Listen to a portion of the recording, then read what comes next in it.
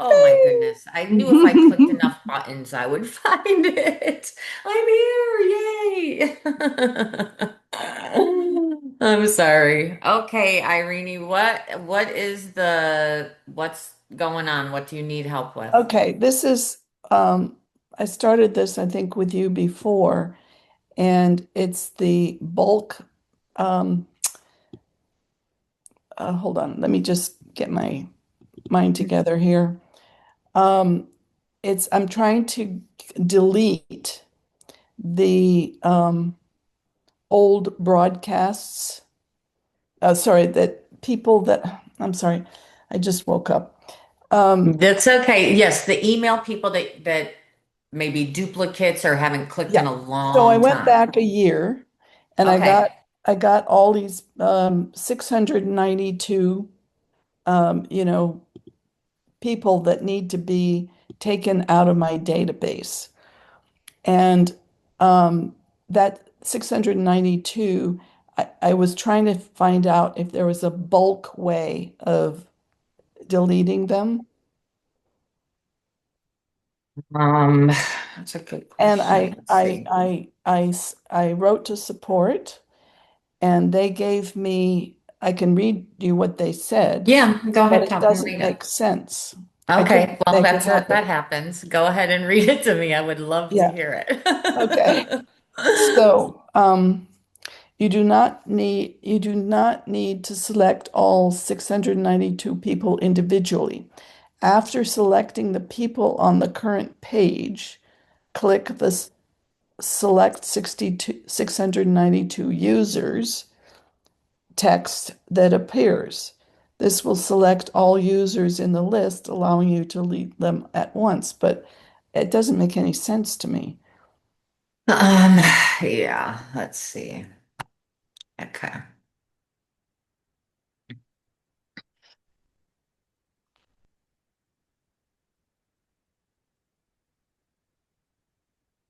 Does it make sense to you? No. Okay, well, you Um, get together with your buddies and straighten me no, out. those are not my buddies, Irene. I am an Oh, educational consultant, right? Those are tech people that work in the back end and coders, and they know computer things. I do not. I'm not that kind of a tech person. I'm a front end tech, not a yeah. back end tech. So we're very, very different animals. Okay. So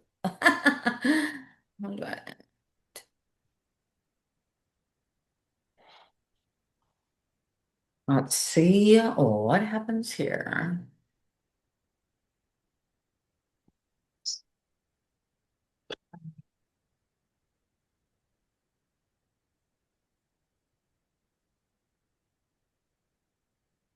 Let's see. Well, this is a bulk delete YouTube video. Let me pause it before it starts playing. Shush. Let's see what it says. Because I just here, I'll share my screen so that you all can see what the heck I'm doing. Because this is David's GPT. Dyslexic. I reverse letters and words sometimes. Um, You're giving us a lot of confidence, Allie. Yeah. So GPT, yeah. So this is the GPT, and I asked it, how do I bulk delete inactive users? But it's gave me this YouTube video, editing and deleting users. So it's a 3-minute video if you want to go quick mute and go see if that actually explains it, because that's the only thing it gave me. Because otherwise, I don't understand what they said. Okay. Um, and I don't have a thing where I don't have access to an account that has any kind of semblance of data in it for me to even test Okay. if How do I what they're get the saying link is to true. this that you're Oh yeah, showing me? I give it right to you. You're So gonna, here's the link to this. And then the other thing I'm gonna do too is this is the link to, all right, yeah. This is the link to the GPT because literally I'm doing this right here live. right? But you have access to this GPT, so you could do that too. Do you know what I mean? Like you don't have to wait for me to type into the GPT to ask it this. You can do that even before support desk. And then if that Where do I doesn't do that? I just put the link in the comments. I've been giving you all this link every single week I'm live.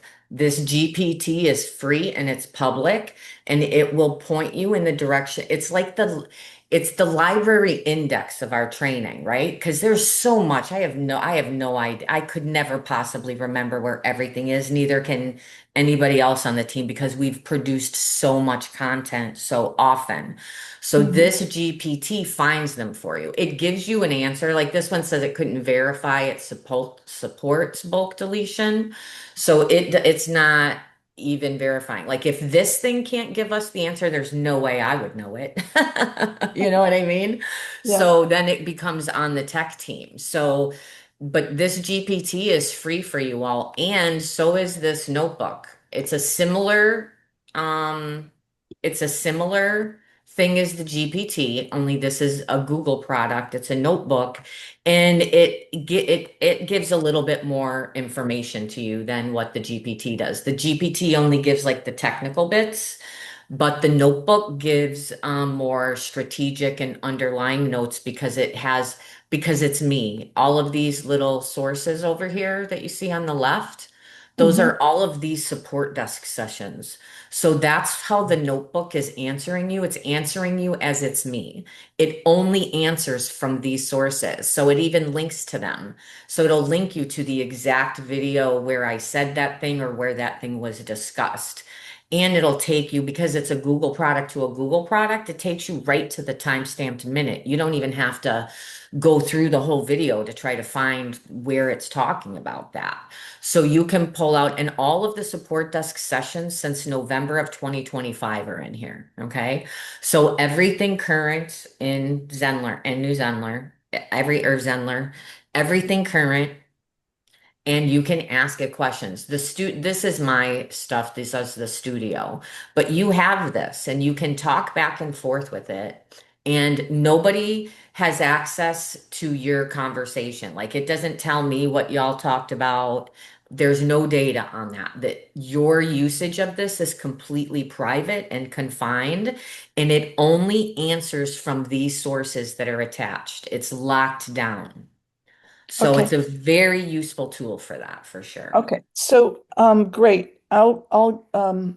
I have another question, and then I'll get off and do the research on these. Yes, yes, because then once you do that, if you do those things like before support desk, then when you come on support desk, you could tell me, I looked at this and this wasn't it, and now I have this question. You know what I mean? Then I know that that's not correct. And I can tell the team, hey, we need to make sure we have more trainings in the GPT that are correct to give people the right answer. You know what I mean? So I would Okay. love to be able to do that for you. So yes, one more question for you, and I'm ready.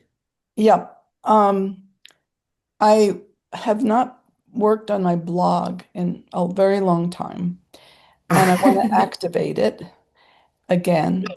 And another person has been has always done the blog posts before, and I can find on my top menu, I can find the blog, but I can't find the back end. Is there Yes, I will is show you exactly where it's at. Under okay. site, under site, Yep. on the main navigation. Then on the left-hand side, you have blog here, and you're going to go Oh, to that oh, section. it's Okay. separate from from a page. Yes, I know. Oh, It's a oh, separate thing and it's very confusing. So if you come to blog, yep, then you come to settings. yep, When you scroll down here, here's your blog homepage and here's yep. your blog post page. So those are two different places. So the home page is the main page where people can see all of your list of blog posts, okay? So you Great. can customize that and the layout of it, okay? This is the blog post page. So what you can do with that is you could create a block, and I will show you in the editor. If we go to the editor, you can create a block that is for lead generation, right? So this dynamically will pull in what when you create an individual blog post, this dynamic section here will be what your blog post is, okay? So you can do something like add a block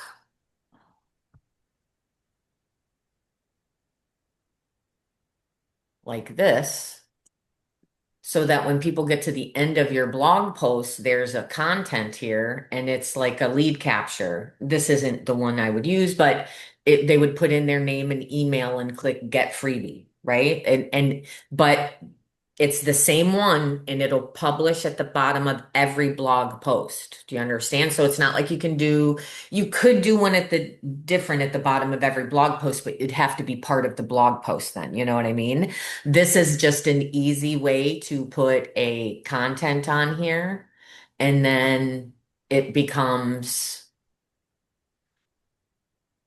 um part of the every blog post that you Yeah, make. yeah. So Okay. does that make sense? Like you can Yeah, I custom mean, it. I was looking for where to do it, and you just told me. Yes, yes, yes. So, and I have a that's, lot of things posted already, but they're ancient, so I'm yeah, going to do a bunch. I'm going to start to yeah, do it yeah, yeah. again.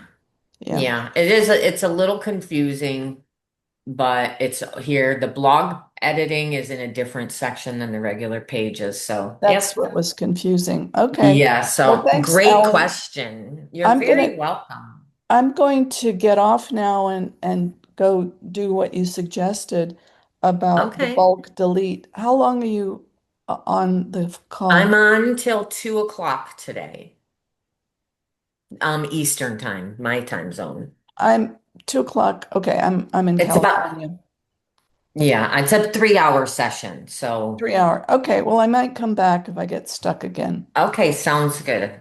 Good Okay, luck. thanks, Allie. Fingers crossed for you. Ah, thank you. You're Bye-bye. welcome. Bye. Okay. Well, hello. I see so many faces I haven't seen in a while. You all. Lovely to see you. Thanks for coming You to too. visit me today. Hi. So I see we have some hands raised. Nadia, I don't know if you had your hand up or not. I don't know if you know how to do that. I know you were in here first. So if you have a question, you can go ahead and unmute. Perfect. Thank you so much. Thank you so much for being there for answering our questions. I'm still a beginner, so it's the second course I am building right now. And I think I'm stuck at the same point I was stuck last time when I was building the course. So I would like this question to be. Okay. I have I have copied the first course. Should I share my screen?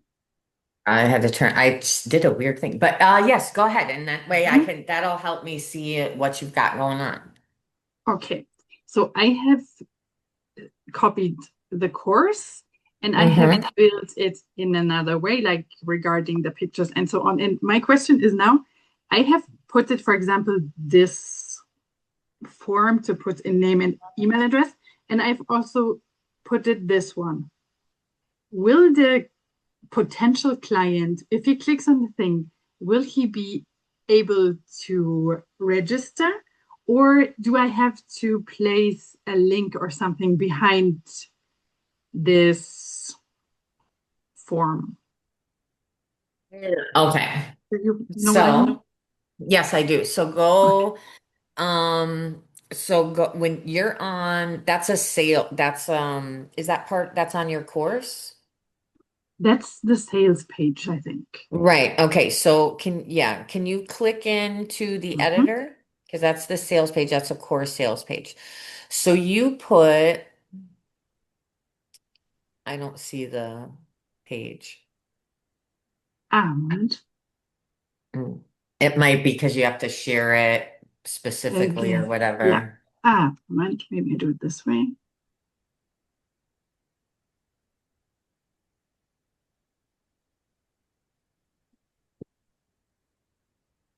Okay, can you see it already? No, No? but that's all right. here, I'll share my screen and I'll show you from my end if Okay. you or if you want. You're still okay, there we go. And I will share my screen and show you what I'm talking about. Okay. So when you're in a course, when you have a course, when you create a course, you said you put a form on the page. You don't have to put a form on the page, right? This is an old account from, I don't know, like 8 years ago from a partnership I had. So it's very old, outdated information from an event that I did. So let's see. Pages. This is what I want. Pages. So when you go to the sales page,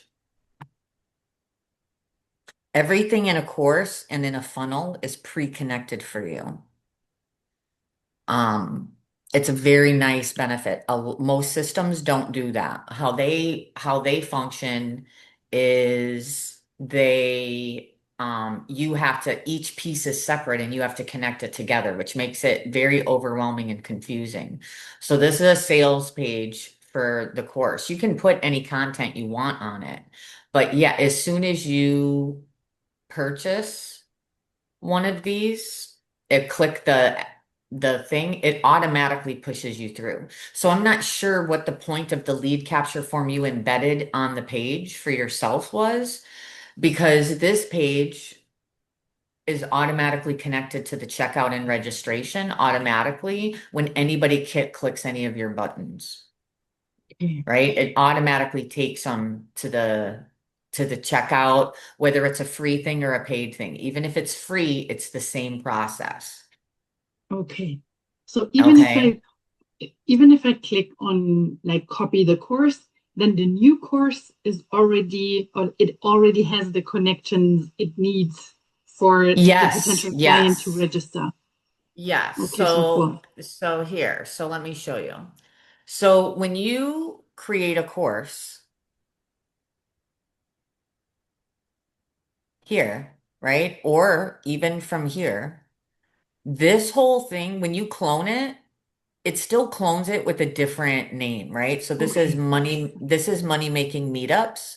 When you clone it, it renames the clone, or it asks you to name it, or it renames it copy, right? So it's a whole different linked system. Before you save and do anything, right? The most important thing when you're duplicating a course so that you don't have to redo stuff is that you change this link before you save. Okay. The name up here is changeable anytime, but if you don't change this link now and you save and you go back later and change it, some of your links might get messed up. And it's Yeah, just safer before you hit save to do this. Okay. So, you're just changing it, and you can change the name up here before you save too, right? And then update.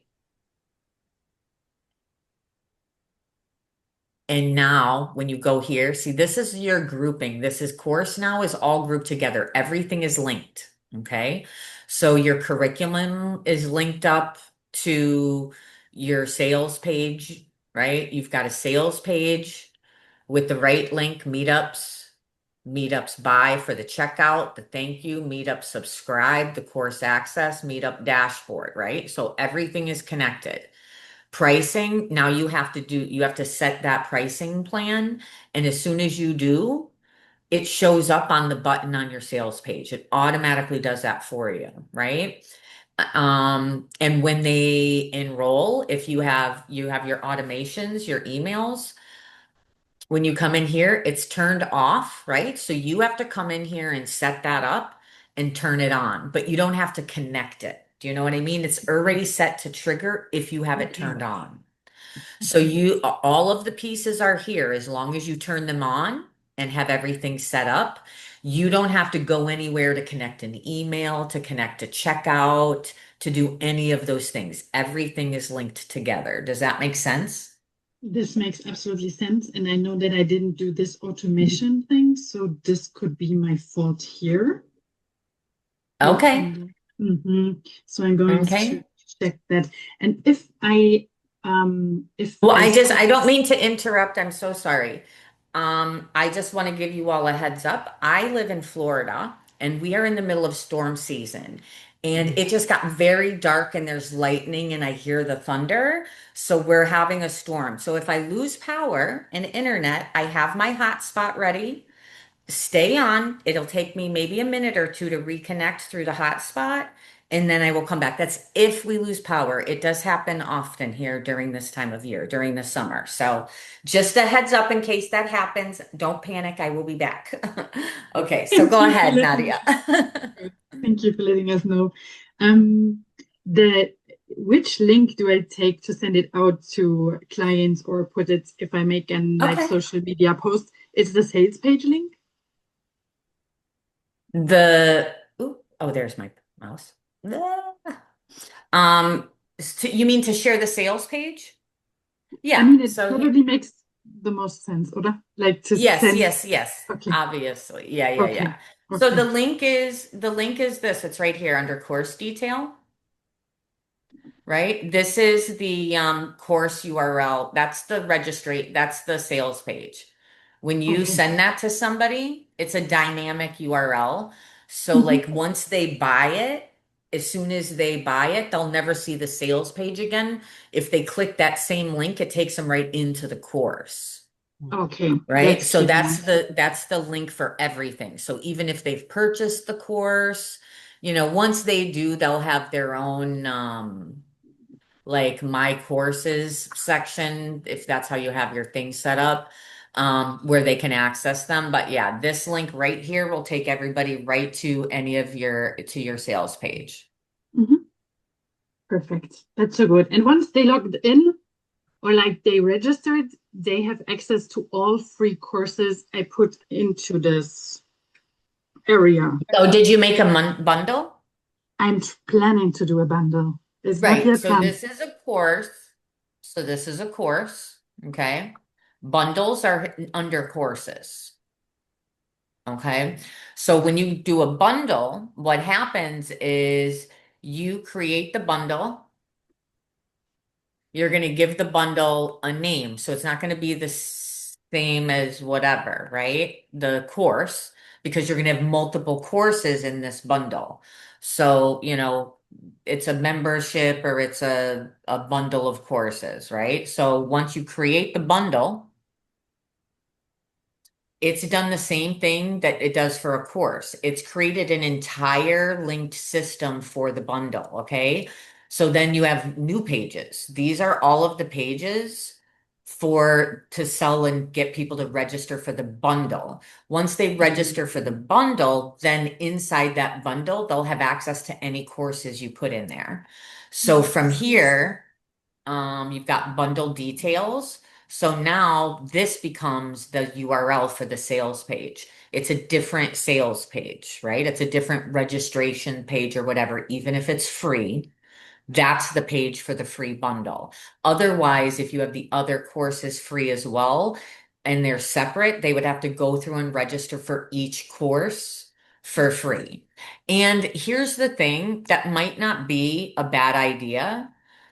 It depends on what you're doing this for, right? If this is for lead generation, right? One free course, not a bundle of, okay? Because then what you do is you do one free course, you promote the heck out of that free course to get people to register. You market it, you market it, you market it, right?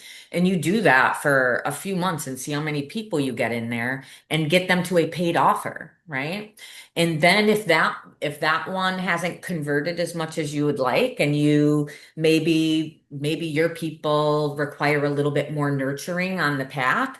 So then after a few months, that's when you promote to them, or after a month or a couple weeks and they're in that funnel, that's when you market them the next free course. Hey, this is the next level. You did this one. Here's another free little thing to get you on that next step. And then making that offer to get them to pay you money for a course rather than just free bundles. Because it's a lot to manage bundles and different courses just for free. Like, I'm not sure that there's much benefit in that for you. Market one Okay. free course and market the heck out of it to generate leads and see Um, what it we does could for you. can again today if we need Uh, to. Oh, I'm You know, sorry. it's okay. Yeah, I've done that's so it, cool. Okay, that's so Casey. cool. Okay, So, it's going to be in addition to real life workshops. So I thought it would be nice to have a kind of different course categories, or like, for example, something for mental health, something for physical health, and then they can grab out what they want. So it really makes sense for me to think strategically if it makes sense to start directly with the bundle now. yeah. Yeah. Yeah, Okay, start so with one, pull them in, give them that first piece. And perfect. now that you have movement, let's talk about implementing the next step, Hmm. and getting support with that or whatever that next layer looks like for you. I would put less, like put more time. You should be putting more time, more of your time should be spent marketing whatever you have that's free. If you don't have any paying clients, your thing's not booked out, your main time should be spent marketing your free thing. And the more eyes, because here's the thing, even if you post about it every day, if only two or three people see it, you still don't know whether or not it's the right message. It's the volume. Lots of people have to start seeing and experiencing the content for you to know if it's hitting the right person. So it's consistency over time. Like there's no avoiding that. I know the gurus like to tell you, oh, put up this landing page one funnel away, boo. Like, no, this is the real world, and you need people to see it, to know enough people to see it, not just three or four, right? When 100 people see it, when 1,000 people see it, then you know if the message is hitting the right people or not. you know so don't waste your time creating all this free stuff and doing all these things, because you're wasting your time, your energy, your capacity, maybe even your money. Market the heck out of that free thing, validate it, like have that process of validating that thing for yourself. Like, and part of validation could very well be that there are other products like this that are selling, right? That can be a part of validation. So once you know that that's real, that people want this kind of thing, that this is a thing, then you have to just market the heck out of the freebie until you have a big enough audience to sell to. You'll never know if your program is going to hit. You have to have the audience, you have to have the eyes on it. So spend time on that, like go hardcore. Like if you feel like you're the biggest, spammiest social media person on the planet, then you're probably still not marketing enough. Okay. Because most people, I could post 1,000 times right now today, and the people on my friends list might see two of those posts.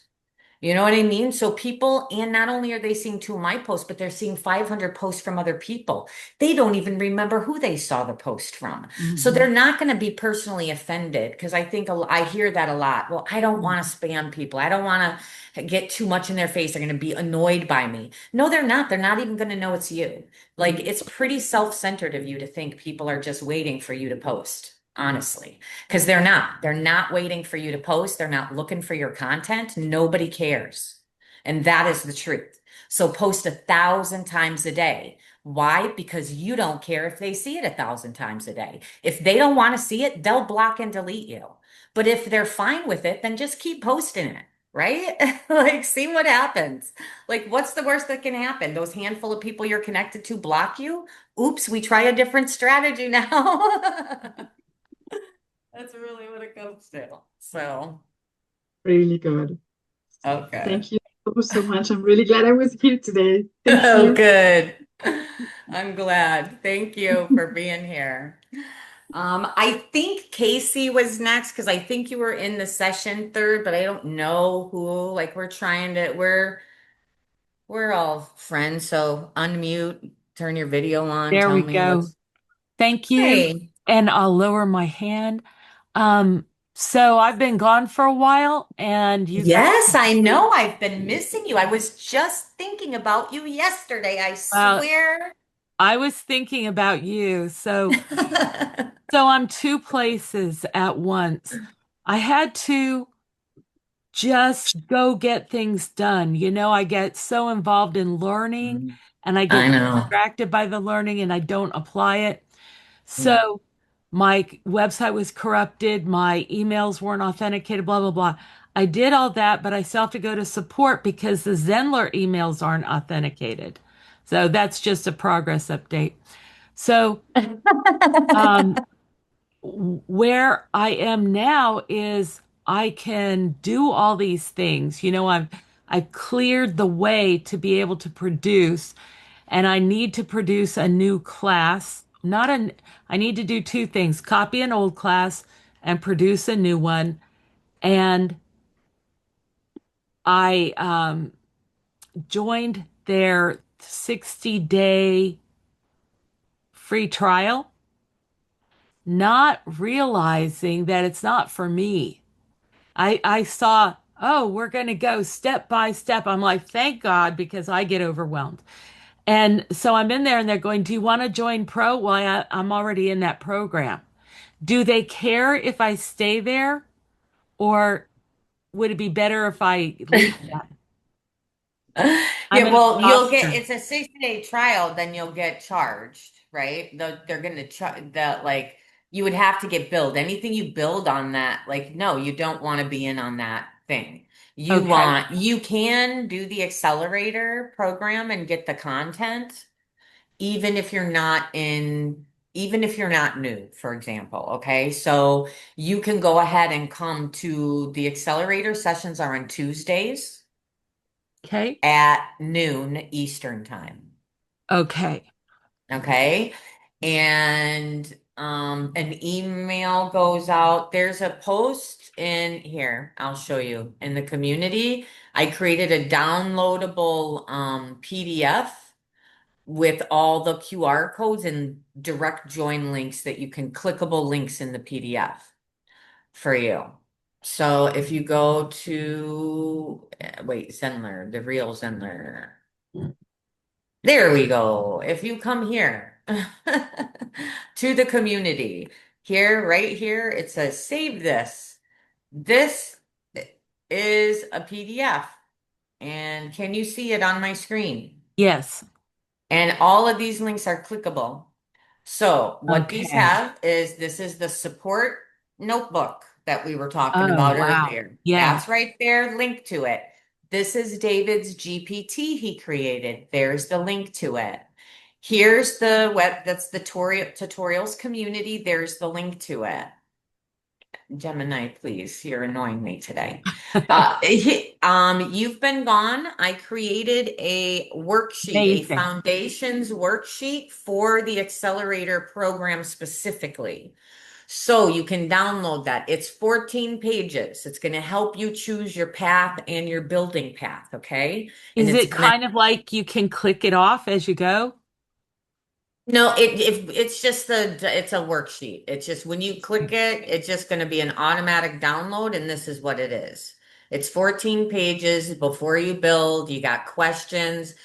A couple of people told me that they took this, uploaded it to their AI, and asked it to fill it out for them based on their goals and what they know about them. And a few people said their results were very interesting and they liked it a lot. So you can also do that with it, and then it'll spit it back out with your answers on it, right? You can do that. Sorry, Uh, where is this link again? I know you said it, but I can't recall. that's okay. We're right here in the tutorial site community. I'm going to put the link in the chat for you Yeah, all. great. Okay. This is the number one link you need to know. This community link. I get Zenler has a site. We have a Facebook group. We have all these things. Those are not, that's not what Zenler owns, right? Like, just like you don't own Facebook, that's not where you're building your business, right? Is on social media. This is where we live. This is where I live, right? I don't live on social media. I live here. And when you come here to this site and you get the download, where'd it go? Here you go. Then you're going to have the links to the main things that you need. These are the only resources you need in Zenler to know are these ones because you've got Great. the notebook the GPT, the foundations worksheet, the community link, and then down here is the Accelerator live support sessions. You click there, you can access Accelerator live support. This is all access live support desk, which is what this session right here and now is. And you can access that there. A few people in the past, Casey, I know you've asked as well in the past. This is our feature request and roadmap area, right? So you can go there, you can see what they're working on, what they're adding, what they're updating, what the other requests are, and you can make requests. And you can see the progress of the current requests. So honestly, your 2 live support sessions, your roadmap to Zenler, your training resources, and that's it. That's all you need, right? You should never have That's to go on brilliant. Facebook. You should never have to go on Facebook ever again. Yeah. I'm just kidding. I know. So I know. Social media has its use cases for sure. Well, this is so great though, because what I find is you dive into something and you start to understand it, and then you have to go do something else, and you come back and you're like, okay, what do I do first? What do I? Yes, the context switching will eat up literally years of your life at the end of it, Yeah, honestly. that's what I was finding. So we can always Yes. come back here and just get our place back, right? Yes, get your orientation. These are the only things that matter. Yes, the internet is noisy. And when you're a business owner and you're out there trying to learn and grow in your business, you're going to hear a lot of stuff from a lot of people. And the best thing you can do for yourself is shut them out and Yeah, then focus on what you know your stuff is. What do you actually need? What is the one thing that gets you closer to your goals, closer to ownership, closer to that, not closer to helping the provide free marketing and free labor for social media, right? Like, yeah, let's not yeah, do yeah. that, you know? Like, we want all of the content we put on social media to drive people to us. We're not trying to put people on social media. We're trying to put them to us. That's why, like, when I'm on here talking to you all, I'm not telling you to go check the Facebook group. You're technically you're our customers, right? Now we don't, you're already paying us, so it's not like we have to keep getting you to our website to make you spend more money or anything. Yeah. But when you're on social media, you're distracted. You're clicking on other people's stuff. You're reading other things. You're not on our site watching this training, learning, focused, and moving your business forward. And if you're not doing that, eventually you're not going to be making any money. You're going to go off. You're not going to need to pay for Zenler anymore, right? Because it's just an expensive hobby rather than a business. So I always say, come to the Zoom session, come to the tutorial site. So everything is coming back to you. Everything comes back to you. Never be like, here, go to my Facebook. Here, go to, no, here. When I'm on Facebook, I'm saying, hey, Facebook, come to me, come over here, right? I'm sending the signals to bring them to me, not on my site or on my places or on my live stream saying, hey, go check out my Facebook, go check out. No, come to me. Come to my house, y'all. Can I ask you the second question? Yes, let's go. So, when you're going to duplicate a course, so I have a course all built. I need to do it again for this year. Can I duplicate can I copy or clone the entire bundle? Or do I do each piece and then recombine them into a bundle? Oh, this is a good question. So you're doing so Thank you. that was I an, try. yeah, that was an annual, like, is that like a cohort that you had? Is that what Hmm. you're talking about? Okay, so you did a cohort. I think you have to, Allie, I think you have to redo each class Each class. So because I do the bundles. course, right? You do I'm bundles. sorry, Okay. I always use the wrong word. Course. I know I knew what you meant. So yeah, so course, and you need them in a new course, right? You don't want them to have access to the This is a same. big source of confusion for me because Okay. when you click courses, you get the pages of stuff. And I'm like, well, how do I know? I didn't build them. Somebody built them for me.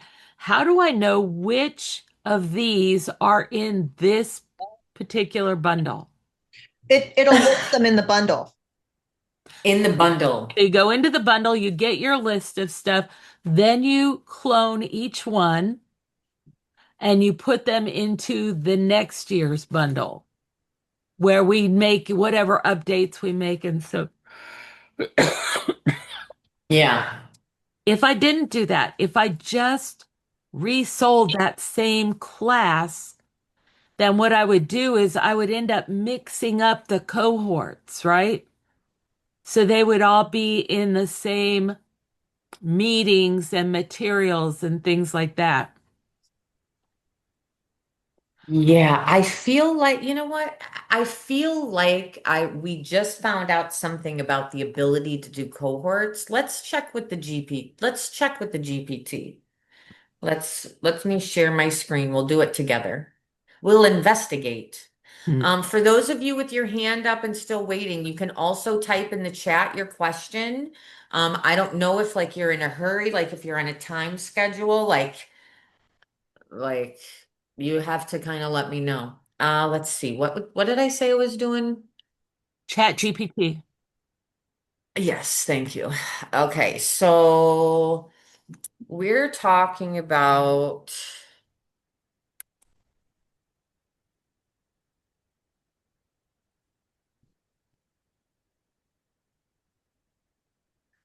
I don't know if it knows about them.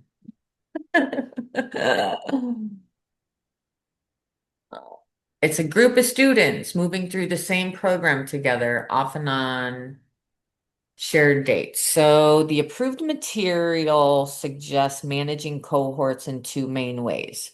Use tags for different enrollment dates. This helps separate and identify different intakes of the same. I'm sorry, I can't read from being too far away. You don't need to see up my nose. Huh. Let's see. So tags.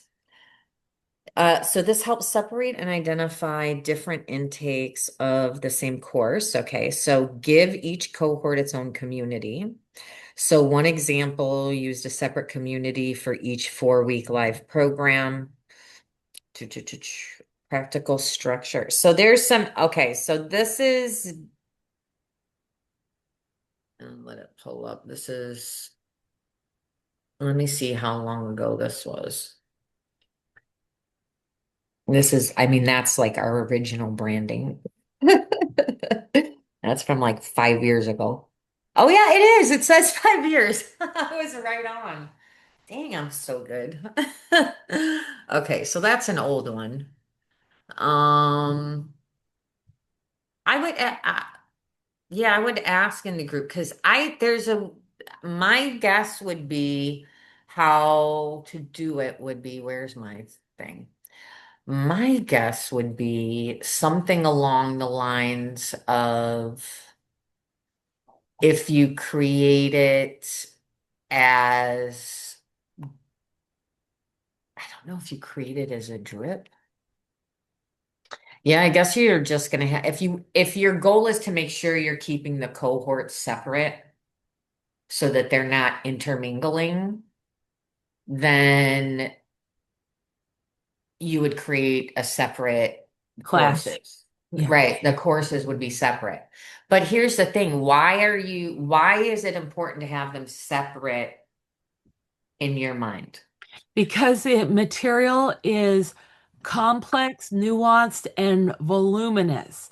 And so one of the biggest challenges is to keep people engaged and not overwhelmed. So when they're in with the same people talking about things that they're accomplished and all this, it isn't beneficial for them at that point. At that, okay, okay. So you want to keep that separate. Okay. So yeah, so then what you'll do is you'll clone the courses, right? But sit down and look at, I don't know what your naming conventions are, right? Yeah. Because you will have a lot of courses, right? And when you, so I would think about, because I don't know your whole system and everything, but Yeah, I I don't would. either, Allie. But I know when you have somebody else set up your stuff, it's so frustrating. I know Well, because I mean, thank God she did, or I wouldn't even be here. But um, I'm gonna look and see if you can tag courses like, you know, in each course, if you put in the title, kind of like its address on the outline. So that, like, I need a site map of my course, and then I need to know which bundle goes in which place. And I find this on other platforms too. Like, I can't keep, all my folders and everything straight. Like, I don't understand how they communicate. So that's what I'm going to look into. And I have been learning that I just have to go with the AI thing in hand, work till I can't go forward, and then I look up what do I need to do next. So I'll go do that and bow out to the next person. But okay, good I'll be luck. here and working away while Yes, yes, and pop back in if you need any assistance for sure. We're here. yeah, amazing the stuff you're putting together for us. Amazing. Yay, yay. Good. Mark your calendar for Tuesdays if you can. Yeah, at noon, right? At noon, 1 hour, like they'd be starting in about 10 minutes on a Tuesday. Got it. Thank you. Yeah, you're very welcome, Casey. Okay, who's next on my list? I don't know who hand was up first or who got in first. So you all tell me and just unmute yourself and talk to me. I have a really quick question. Okay, Marcy. Okay, really quick. So I always had I have three custom domains. Okay. And one of them is no longer, and this is probably a stupid question. So one of them is no longer working. It's going back to the custom domain .newzenler.com. When I'm Mm-hmm. on the site now, it says custom domain and it shows it, and all it's saying is update. There's a little purple button right underneath it. Is it okay to just update it and that should bring it back? I don't know why it stopped working. I just realized I don't either, but if it has an option to update it, then yeah, update then it. it's saying, are you sure? It kind of scaring me, of course, you know how I this know. goes. Are you sure you want to update it? Please If it's note, it may take some time for the videos to appear under the updated URL. I don't have any videos on it, so I think I'll yeah, just I do mean it. it's just It's not going yeah. to knock out my whole site, is it? I mean that would be weird. It would be weird if it did, is what I would say. It would be Okay. there's something wrong. Okay. It wouldn't be a normal reaction of Has a, anyone else, I mean, have you heard that anyone else has had this where they had a custom domain linked to their, the server that hosts the name, and then all of a sudden it wasn't working? Have you heard that, or am I sort of? just your I at think I the have four. I have a few. I think this is for domain registry. I don't know. I mean, I'll find it. yeah, no, like if it's not work, I haven't heard yeah, I Okay. haven't heard of it specifically, Okay. but yeah, I've had domains stop working for various reasons Okay. I'll that I'll you make. kind of Okay. See, I told discussed. you it would be quick. That's it. Thank Yep. you. So good luck, Marcy. Thanks. All right, Ruby. Hello, hello. Hi. Okay, so it was very interesting because I was going to ask something and you kind of answered it with the cloning when they were talking about the sales page and that. So because I'm like, goodness gracious, do I have to edit each of the sales page for each of the courses? So No. so do I have to clone the whole not sales page, the checkout page? Um, so I because I mine is like different from what the standard template is. I mean, I even take off the 30-day guarantee thing and stuff like that. Yeah, Is I do there a way too. is there a way to clone the actual checkout page for If each when of those you things, or do clean I have to clone the whole course? So here's the thing. Here's what you would do, right? Hmm. You would do whatever it is if you're selling individual courses and you're selling bundles, okay? Like if you're doing both of those things, because you've got multiple pieces happening. You're selling these courses individually and you're also selling them as part of a bundle. If that is the case, Yes, you have to do each individual sales page for every course because when they're bought individually, people will see the sales page of that course. If they are just in the bundle, right? If you're just selling courses in the bundle, then the sales pages of the courses don't matter, right? Because what you would do is you wouldn't have them available on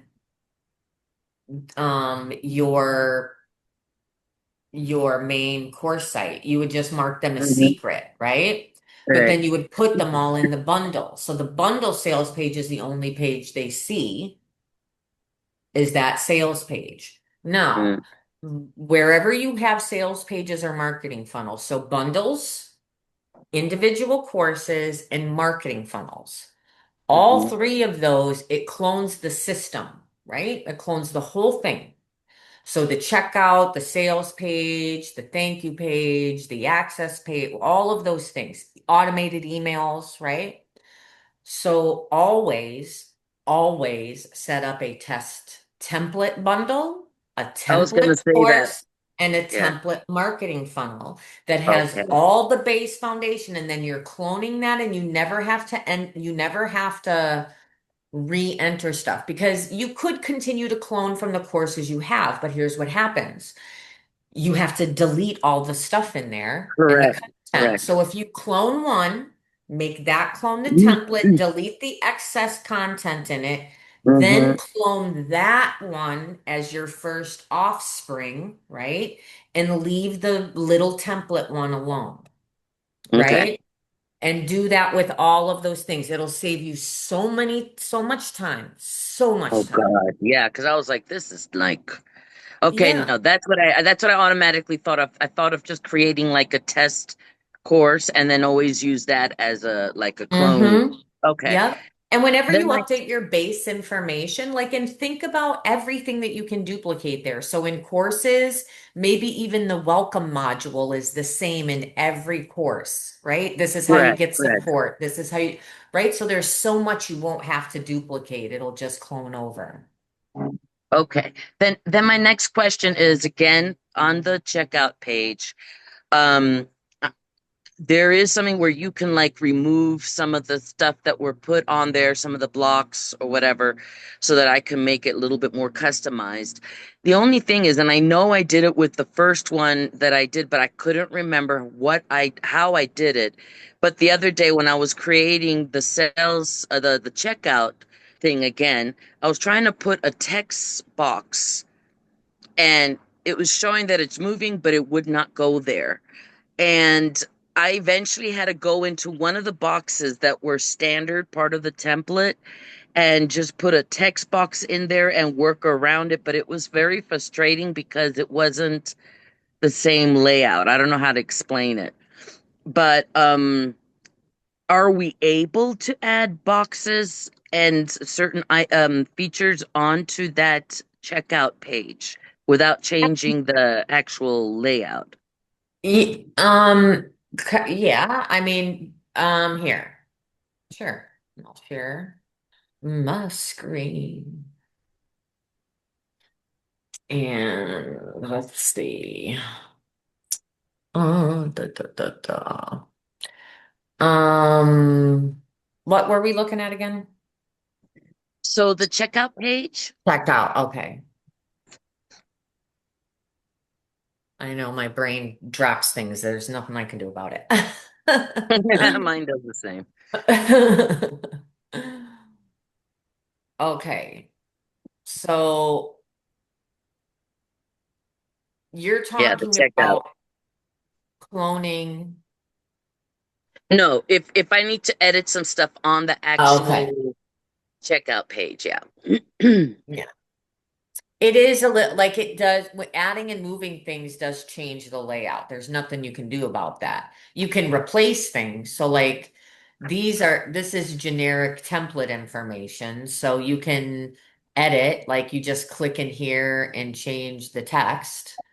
Yeah. Um, Same with the name, and then same thing with the image. You just get that out of there.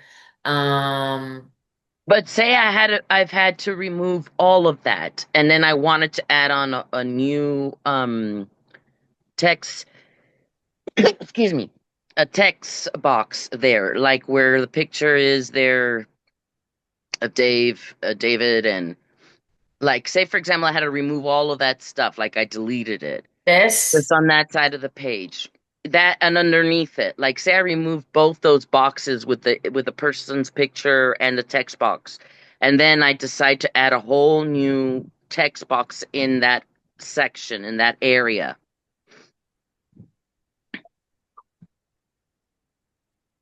see what happens.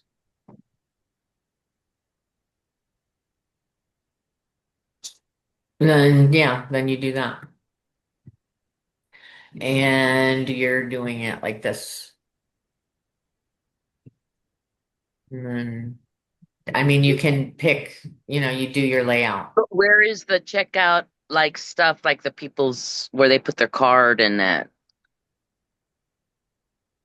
Um, let's see. I wasn't paying attention if I even had that on this one. Let me see. Let me go to a different one.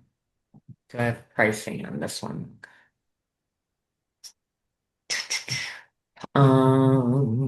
Pages. Checkout. Let's see what the checkout looks like.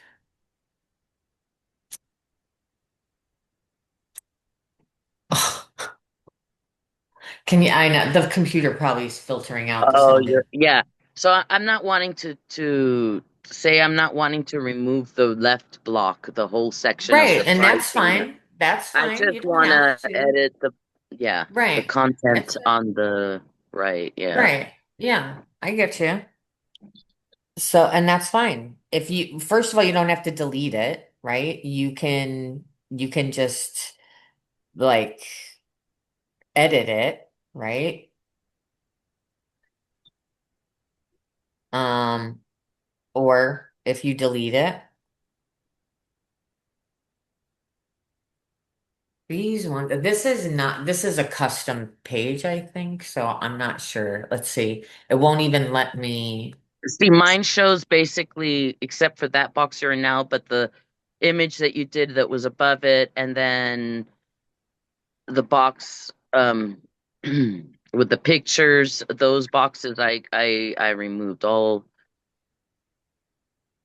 and then I try to drag in a text box, and that's in that right section. Yeah, no, it's not. You have to like recode it. Okay, that's what I wanted to know. So I can't just add a box, or so rather work with the boxes that they have. Um, Like I could delete the image and that, but then just leave the text part and use that as my text box. yeah. Because it's a disclaimer that I put on that whole section there. Yeah, so what I would do then is if you have access to remove and delete, this one has some stuff in it, so I don't know if I can do it. But yeah, just make it one long box on the side that you're putting Okay. your stuff in. Oh, Yeah. there. Now Okay, no, it's that letting I me. can do. That I can do. Right. That's what I wanted to know. Then my Right. my my other question is it's just a short one. The I'm on the pro package right now. I know with the upgrade to that, you get extra domains, you get a larger volume of like an email, for emails to be sent. Is there an upgrade to like the templates? Like, are there more features to the No. actual creating the website, or it's exactly the No. same? No. Yeah. Okay, no, that's The only difference is limits. okay. Okay. Each plan tier, your limits increase. Everyone has access to the same features. Okay, so it's not the templates that you get more access to. You already have all of that. It's Yes. just okay, You I get got you. more email volume, you get more websites, you get more Zoom sessions, you get Yeah. more. No, that's great. And the chat GPT that you guys are working through, is that paid for? through the pro No, plan, no, we don't. or you work ChatGPT. on it? So we would have to do our own account with ChatGPT because I use Claude. Um, Right. It doesn't yeah, matter. it's the same thing. You Yeah, can, on the free version of ChatGTP, if you click that link, it open, yeah, you but don't have that's to pay. separate.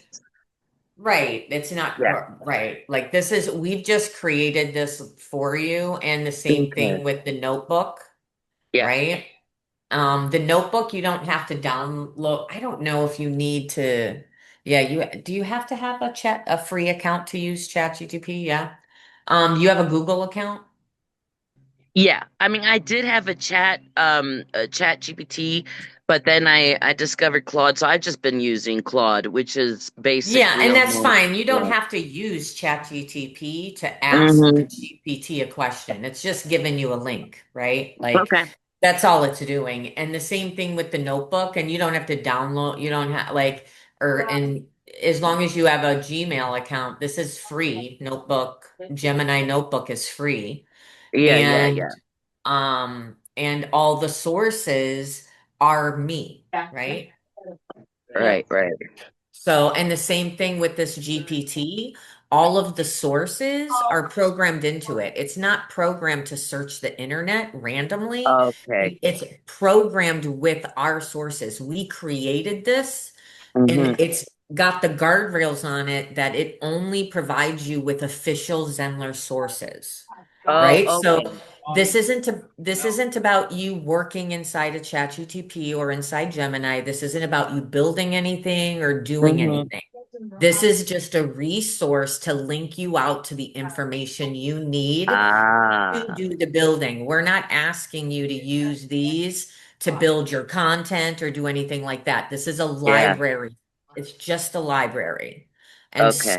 And so is the notebook. They're just libraries of information for you to help you. You can use this information and input it into your Claude and say, "Hey, this is what I'm doing." You can give it your context and have it help you, and that's fine.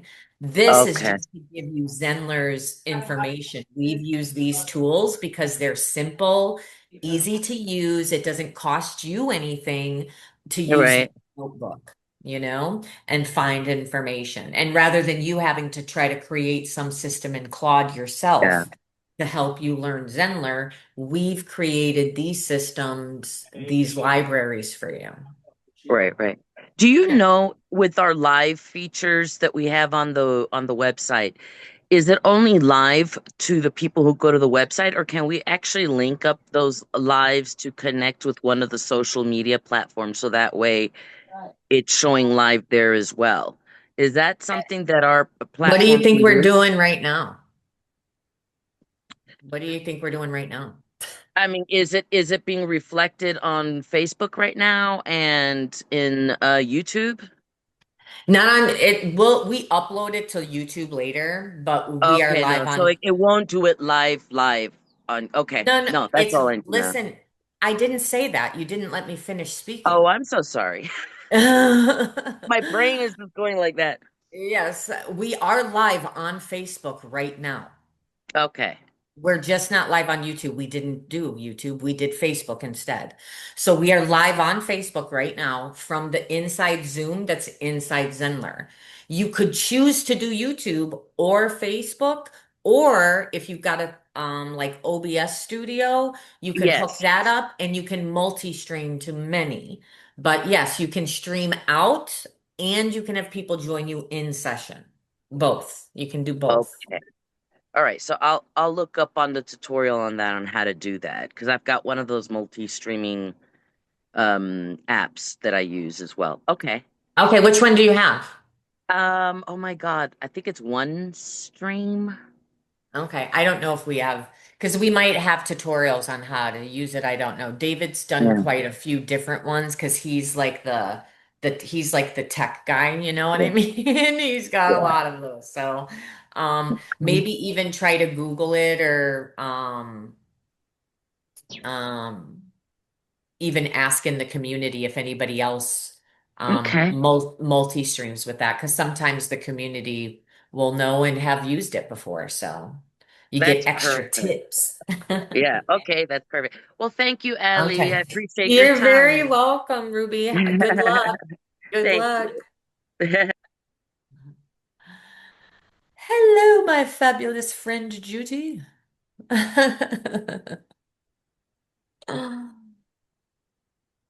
You have your hand up, my friend. You're muted. I know. I know. I'm like pushing the button. And you're like, it's not working, Allie. I'm trying. Kind of. Okay, so You see me come on today where I couldn't get my video on? I came on late. I'm sorry. Okay. Well, so I had the same problem earlier anyway. Oh, okay. I'm a little confused about that email that went out about that $3,500 bundle that you get with the pro plan. And it said, if you have any questions, email us. And I emailed back and they said, oh, you don't qualify because you already have the pro plan. And I'm like, oh, I mean, because it talked about all this stuff you get for like 90 days. And I was like, oh, this sounds interesting. And anyway, I didn't know if you knew anything about It's yeah, I know it's marketing. They're marketing to get new people into Zenler. So when and mostly like I got the ad today too. I got an ad from Zenler today in my Facebook feed when I went to start the live stream for the same thing for whatever it is. But yeah, that's for new people coming on. So, So all that AI assistant stuff that they're promoting for the new people, where is that for the old people?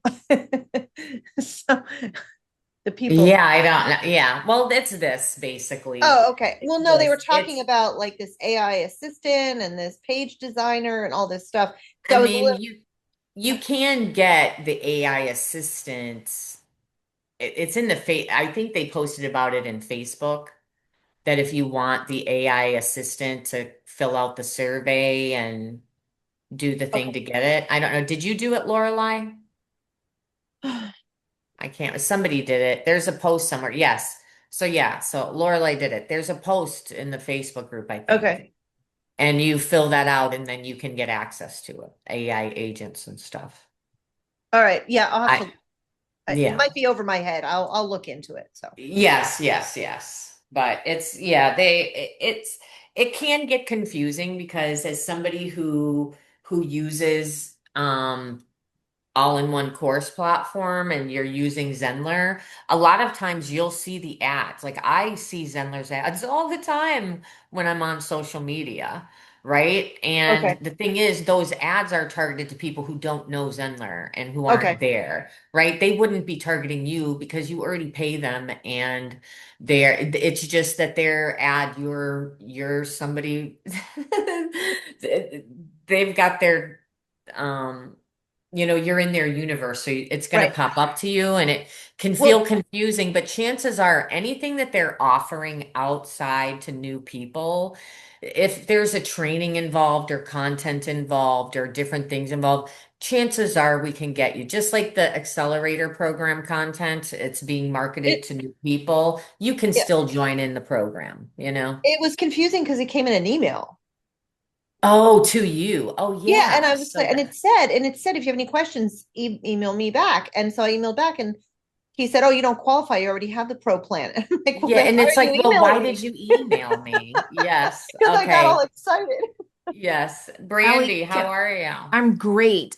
Judy, let me jump in here. Okay, I had the exact same experience, and all I had to do was reply to the email. And so I don't know who responded to you, but Ibrahim responded to me, and he said, what is your login email and or like website, your Zenler site?" I sent the email and the site, and like within the next day, the AI agents popped up on the page. yeah, no, So they told me, they said, "Oh, you already have an account, so you don't qualify. It's not for you." And I'm like, no, "Well, no, then no. why are you emailing me?" So you're probably asking them for the promo, but if you don't have AI agents yet, that's what that email might have been talking about. All the different features of the Yeah, AI agents. it, And it was a and it was the a it was a bundle for 90 days like, and what was really funny about it, because we all do these kind of emails for our businesses, right? Nowhere did it say what the price was after 90 days. And I'm like, my students would just turn away and go. It's like, So what do am I, you have the AI agents on your no, No. I'm doing it the hard way. Which is why when you sent the email to support, unfortunately they didn't understand the context of you're right? actually already, and unfortunately on that end of the team that happens a lot. I've emailed them like from a Zenler email at Zenler, and they've told me that I would have to pay and do this and that, and I'm like, the level of just absolute non-paying attention. Yeah, It came internal. Every email that comes from an external email has a big yellow flaring shine out of email network, right? My emails don't have that because I'm in network, right. So yeah, it's a I would problem. try again, Judy, like hit Okay. reply again and let them know I have Pro, I just need AI agents turned on. Also, did you do the survey? And Yeah. no, I didn't know about the survey. So Like, look in your She was emails. responding to Sorry. it from the email. That's So, because why. I got two things. I got an email with the promo for 90 days, and then I got an email saying, hey, do the survey. So if you get the Oh, survey email, then they'll turn on the AI agents for you. yeah. okay. And then And what everything that's in that promo, you'll get it. now, are you using the AI agent, and do you No, like I it? just I just got it turned on like Monday or Tuesday, and I haven't had the space to really dig To into it. they do Because it, yeah, yeah. because But like I'm currently working on, like, you don't know me, but I work on these huge, expensive seminars that are scheduled a year out, and so like I just launched one that I had to get launched because my competitors were already selling competitive stuff, Mhm. for the same time frame at this place. I can't I have to stay cryptic a little. But It's anyway, fine. yeah. So I'm like, I gotta get this live because Judy, if you didn't know, Judy is a super secret spy agent. I picked that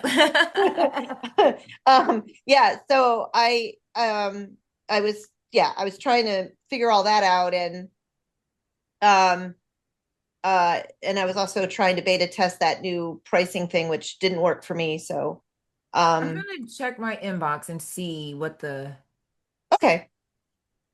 Because like Allie hates this, but she knows I do this. It takes me like 3 days to build out a class. And she's like, It's too much. You're doing too much. One of these days, Judy, I'm going to it's be taking really pretty a though. road They're trip. really pretty. One of these days, I'm going to be taking a road trip and you're going to hear knock, knock, knock on your door. And it's going to be me going, okay, I'm auditing this right now. Get off the So, computer. Judy, the email that I received, the subject line says two new AI agents just shipped.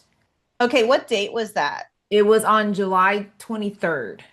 Oh yeah, I was knee deep in my birthday week celebration. So Well, happy belated thank birthday. you. But all of those emails, I think, have the survey link. And David did something in the Facebook about get the survey. Yes, So I once saw you that. complete the survey, in fact, even All right, I have that today's email in front message. of me. Okay. Yep, today's message, earn with Zenler, AI agents, yada yada. It says complete the survey. Hmm. So Oh, once you complete, go ahead, I'm sorry. you got that email even though you already did the survey? Yes, because Okay. I just assumed it was marketing. Yeah. Okay. Yeah. So once I completed the survey, then the very next message that I got, I was like, hey, I've done the survey. How do I get the agents turned on? And then they just turned them on. Now the question, Allie, is once they're turned on, can you ignore them if you want to? I have no idea. What do you mean when you say ignore them? Like if I'm working on something and I don't like what they're doing. So let me clarify. When I say that they're turned on, they're visible on my site. I have to go in and click enable. So Okay. until I'm ready to engage with them, they're accessible, they're not enabled. Right. Because chat really knows my website super well and knows me really well. Um, to the point that if I ask it where something is in my grocery store, it knows which store I'm in, which is a little scary. So if I'm already using chat, is there a way that this will talk to chat since chat already knows the website? I don't think so. No, what I would do, Judy, and this is what I do when I work with a new AI agent from a new thing that's not chat. Okay, I feel you. Chat and I are like this. All right. Mhm. So what I do is I take whatever that other AI gave me and I give it to chat and ask it to evaluate it. Oh, okay, great idea. So, and that's what I do. And I also do that in the reverse as well. Like if I get content from chat, I will also put it in other AI and ask it to evaluate because I double up everything, you know? Right. Yeah. Okay. Yeah. I'm Any gonna put updates? in the chat the video that David made about the agents. That'll help you understand too, Yeah. kind of how they So, integrate. so if I click on it, I'll get the link. Yeah. She put Um, it in. That's just a YouTube video that I yeah. saw him do about these Yeah. agents. Okay. Um, Perfect. let me know when I can interrupt. Yes, you're I just had one other question really quick. It's a Yeah, go for it. silly, stupid, easy question. So Allie and I have talked about this now several times over the last 6 months. When will spell check work? I don't know. Did you click on the roadmap? Did you see my link to the roadmap? I put it in the community. No, I haven't I been on the put, community. Yeah. okay, because I put a document. It's a PDF with clickable links in it. And there's one, two, three, four, five, like seven clickable links. They're the only seven links you need in all of Zenler Okay. ever again for your whole life. Okay. So check that out. And I don't know about the spell check. Well, I know it sounds funny, but like some of these classes that I'm working on or seminars that I'm working on, at least now they show red that there's a spelling or grammatical error. There was a time 2 years ago when they didn't even show as red. Right, I And I know. and I went to Catholic school, so my spelling is not good. We were in church all the time. Exactly. I mean, Yeah. seriously. So like I now know. I went to Catholic school too, yeah, Judy. I mean, it's like seriously. So like it turns red, and I'm like, okay, it's showing me what the correction is because Grammarly will pop up and it'll say, well, this is what it needs to be, but on Zenler it doesn't change it. Now, interestingly enough, in the SEO windows, spell check works. In the email, it works, and I'm thinking because the email is probably a third party product that Zenler has integrated into the site. And what's interesting about the SEO is I'm wondering if the SEO is another integrated platform because it's only on the actual Zenler pages when you're trying to not have all these typos. Because, like, I have some older students because they like to go on my trips. They love to email me and say, you have so many grammatical problems on this page. And they send me a screenshot. And I'm like, oh my God, like, do you want to work for me? Okay. Yeah. Oh my gosh, Judy, I mean, some people just don't have enough time on their hands, I guess. Well, You know? they're all retired. So They're retired. Yes, I get it. Yeah, I've had one of those. Yeah. Allie, where is the 7 links that you need list that you made? Oh, okay. Yeah, I'll show you. I'll Is it share in my the screen. community? Yeah, it's in our actual community Oh no, here. that's fine. I'm in there. Okay. It's the first thing pinned right here. It says save this. It's a document. Oh And yes. Okay, got it. when you download it, this is what it is. All the links and they're all clickable. Okay, excellent. Thank you. Yes, you are very welcome. sorry about that. I clicked on the link. The Sorry. links Um, are good. Judy, are you all good? I'm good. Okay, thank you. I didn't Yes. want to change the subject. That's fine. Okay, so I posted this in the Facebook group and then I forgot today was the live support desk. So I was like, yay, I'll just hop on and ask. I cannot figure out what I did to my one course, the next lesson the words are gone. So it's like a blue button and you can't see the words next lesson. And so out of like 20 students, one student is all messed up in her brain because she doesn't know that that's the next lesson. And so when I logged in to see that, I was like, oh, now I get why she's stressed out. I could not understand. I'm like, just click. What are you talking about? So then I logged in. I'm like, OMG, the words are not there. So that's why she doesn't know what I'm talking about. So, yeah, I need a little help with that. Okay, that's hilarious. Like somebody will always find it. It does not matter. You Yes. have that one person. You might only have three people on your site, but one of them will find that one spot Yes. And I was like, OMG. So, every time. Oh my goodness, that is so funny. Good stuff. I needed that. Okay, let's see. Let's see. Um, okay, so in a course. So this is in the curriculum, and you're talking about, let's see, we'll go into the curriculum player as a mhm. student. So you're talking about this over here? Yes. Okay. Okay. I just wanted to make sure So because mine only shows like where yours is green. It would be just green, no words. right. Okay. So that's in your site settings, okay? Uh-huh. Under branding. All right. Uh-huh. I've been there. I can't find it. Okay. So in here, Um, your button colors Mm-hmm. and your button text color Mm-hmm. need to be, or button text color need to be different. See, this is button text Mm-hmm. for the header. This is button text for the footer.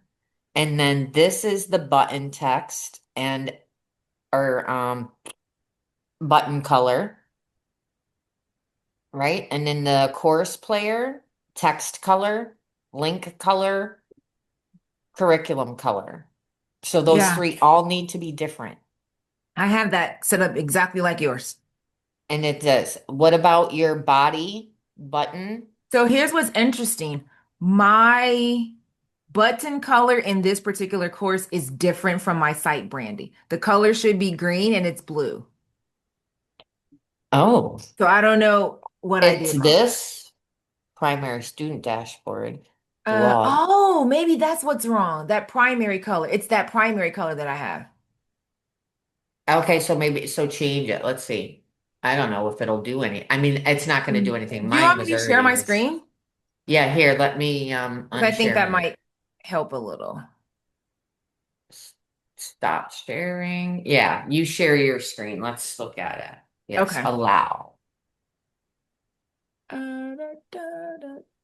Wait, what screen am I on? Oh, okay. Am I? No, I'm sharing the wrong screen. I don't, it just says double click. Oh, it All right, let me almost see. came to, it was Oh, just a did it? Okay. delay. Sometimes it's just a delay. It's weird. Oh, gotcha. Okay, so screen number 2. And then All it right, takes a minute. It's a minute before it like will, catch up. there Okay. you go. Yeah, let's So see. here's what I have as my primary color. And is this? Yes. So this is where it's missing. On that one. Right. And so Hmm. I went into the preview the course as a student, and this is where there's no words. But in the branding, I have You've this. got that and go up All into the other ones. Let's see. Scroll okay. up just a little. So body, you've got button color. See, I have the button color is Text green. color, button border, button text. Yeah, all of your settings, right? So maybe did you, if you go to your courses in the back end here, This here? or Oh no, that, right here. or well, what I was gonna say is, did you edit that lesson somehow? Did you inject any custom coding into that lesson? I'm pretty sure I didn't because I have no idea how to do that. Okay. Because yeah, that's where's I mean, what I would do is screenshot that and screenshot this that Uh-huh. your settings are what they are and email support. Okay. Because my only thing to change would be this right here on the Right. screen on. That's what messed it up. I've done it to myself accidentally where I've removed it, but when I look, it is because I've changed these. On yours, I don't see that. You know what I mean? Right. So it's Yeah. something on the back end. That's the tech team. Okay. So not so that's unfortunately that's weird. It happens, and like I said, it could be something that happened from within the lesson itself. Okay. I'll take a look at there. The way that you created it, I don't know, because the settings for that are in that branding area. So if Okay. those are correct, definitely email the team and be like, this is weird. Got it. Okay. Yeah. Yep. Thank Yay, you. good luck. You're welcome. Good luck. So what else are y'all working on? Lorelai, what are you working on? She might just be listening. She might be in a meeting. I'm working on the buy page. Oh, are you? Okay, good. Yeah, after you shared some information, I figured out how to add images to that side square. Was there someone here asking? Oh, earlier, just no, what they were asking, they wanted to delete all of that and add new elements, and they wanted to know how to do that. Yeah, that's what I'm doing. I Yeah, deleted it all and then added, now I'm yeah, creating images and uploading those. yep, yeah.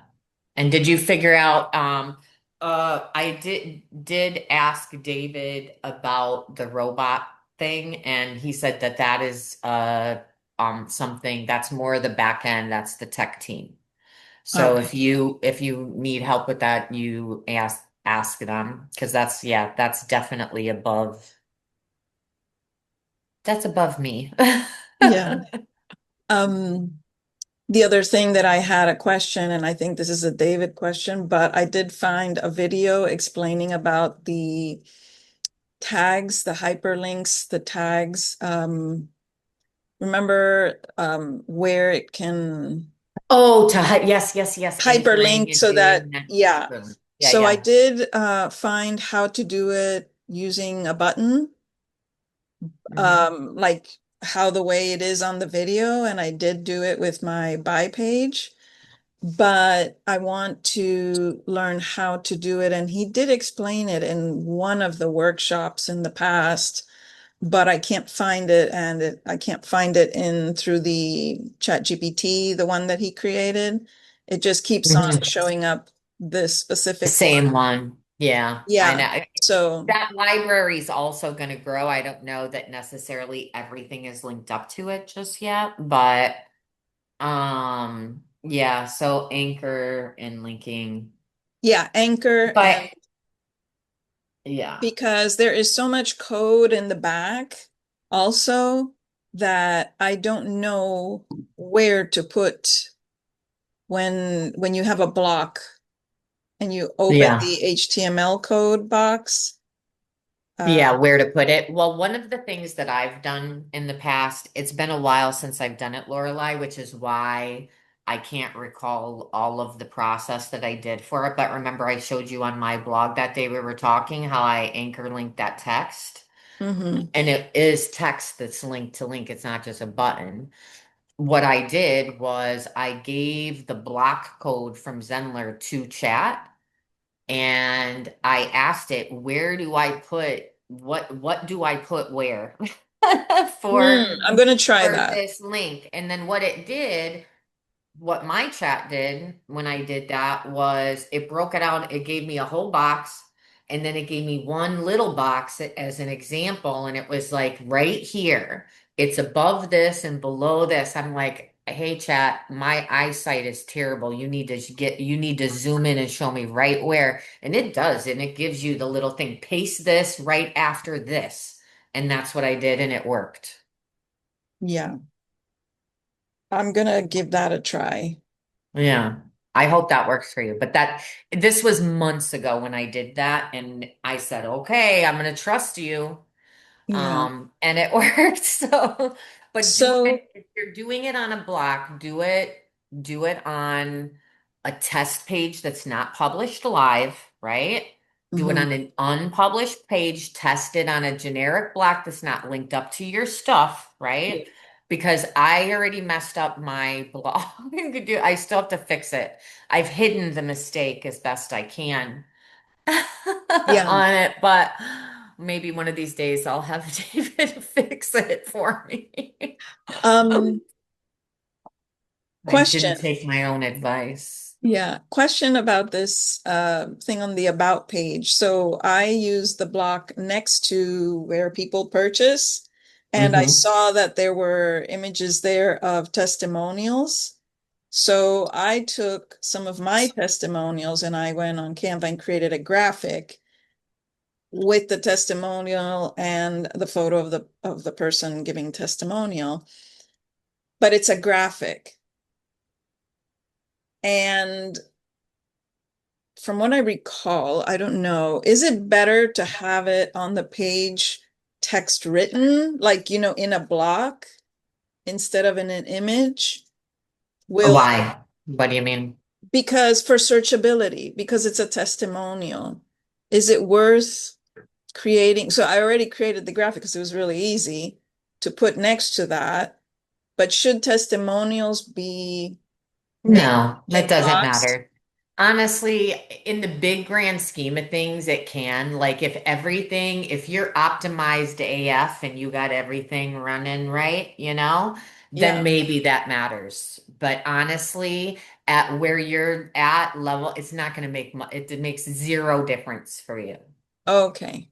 Like So it'll look better now.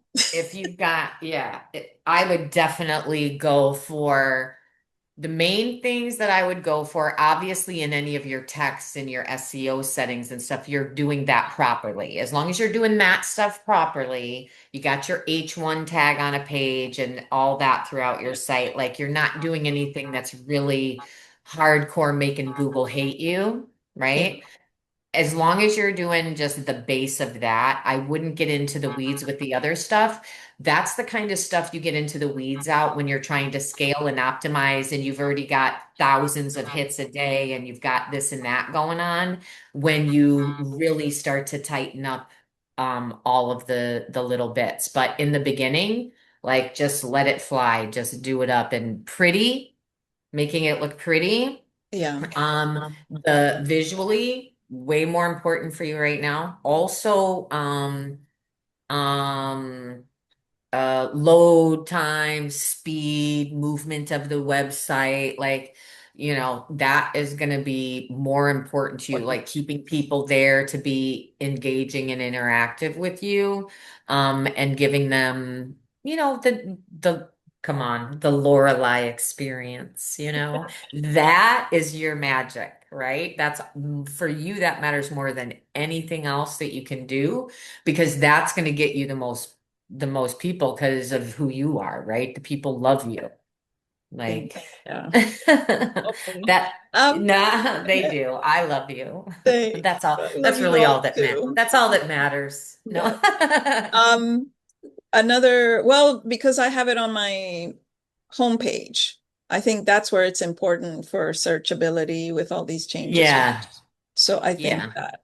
Yeah, the So, main page. But otherwise, you have images and believe it or the all the AIs and everything, Lorelei, the image versus text thing, those things are kind of changing now with AI. Like people's whole websites and whole programs are made with images from ChatGTP right now. Like I don't know if I'm in these communities, their entire courses are made via detailed images. Like that magazine feature I did on my Facebook page yeah, with Chat GTP. They're doing that, but with the different style graphics. They're not even writing content like that anymore. Chat is doing it, and that's their whole programs. Like yeah, I'm paging through communities, they're animating them to yeah, make them look really visual and cool looking. And here's the thing, AI can read those images with the text on it. Right? So when it comes to searchability, true. the AEO and all of that, Yeah, it's gonna be optimized for that. I don't think you have to worry about it. If you have nice images, everything is well thought out and it's on brand for you, which everything in your universe is, of course. Google's and search is going to go, ooh, look at this environment. Look at Lorelei. You know, it's going to see all of your little pieces that you've brought together. And yeah, I think it's fun. Yeah. Okay, Yeah. wonderful. Thank you. Yes. I'm going You're to keep welcome. working in the background. Yes. You Oh, go to work. Yes, Judy. Um, okay. So when you're on your site and you click on a course and it says 59 visitors, Yeah. how can you see people that looked at a course and maybe didn't buy it, but they were interested? Like you can see who you can do that with the email, and you yeah. can strategically, you know, Well, okay, here, let's look at this page. Let me you know what I mean, look. right? Yes, I do. I know what they're saying. Um, so if you go to your pages, Okay. right? You have numbers here. Oh, yeah, I wasn't referring. Oh, yeah, I wasn't referring to there, but okay. Okay, well, because you said if they're interested in the course, if they're on the So, sales page, that's where you would know. And how you would know is who's, you want the specific people. I don't know if it shows you them. I don't have any visitors on this one. Let me find a course where I had freaking students at some point. This one. Um, yeah, see, it says 0 visitors, but right, but that's because of the date here, right? This okay, tells you. So if you go to all all time, time, right? then it gives you different, no visitors, but 5 people enrolled. Right. So I guess my question is, I noticed the other day on one of the things I was working on, it said, a number of visitors. And I tried to click on it and it's not a clickable thing. And I'm like, oh, it'd be really nice to know who went there. Yeah, but do you know where you saw, was it here? I think it was on the overview. Let me try to replicate real quick What here. you I'm were pretty sure it was on doing? the overview where you are right now. Hold on one second. Okay. Because I'm multitasking. Let me go uh here. Let me go to a course. Yeah. All right, so let me go to a course. And let me go to one that I know will have A lot of things to click on. Because what I would be interested in is, let's see what okay, these so are. let me go to all time.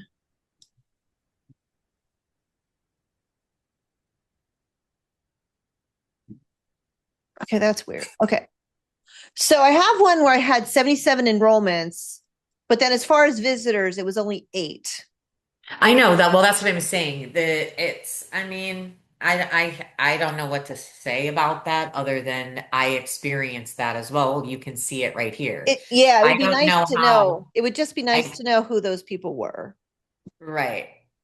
Okay. Yeah. Um, the other thing that you can maybe do in site and then people, I don't know if there's some filters that can. Oh, like they viewed a class or something. Yeah, yeah, like if you can, like, did they view a particular page, like a course sales page or a checkout page, you know? Email. Let's see. Completed, not enrolled.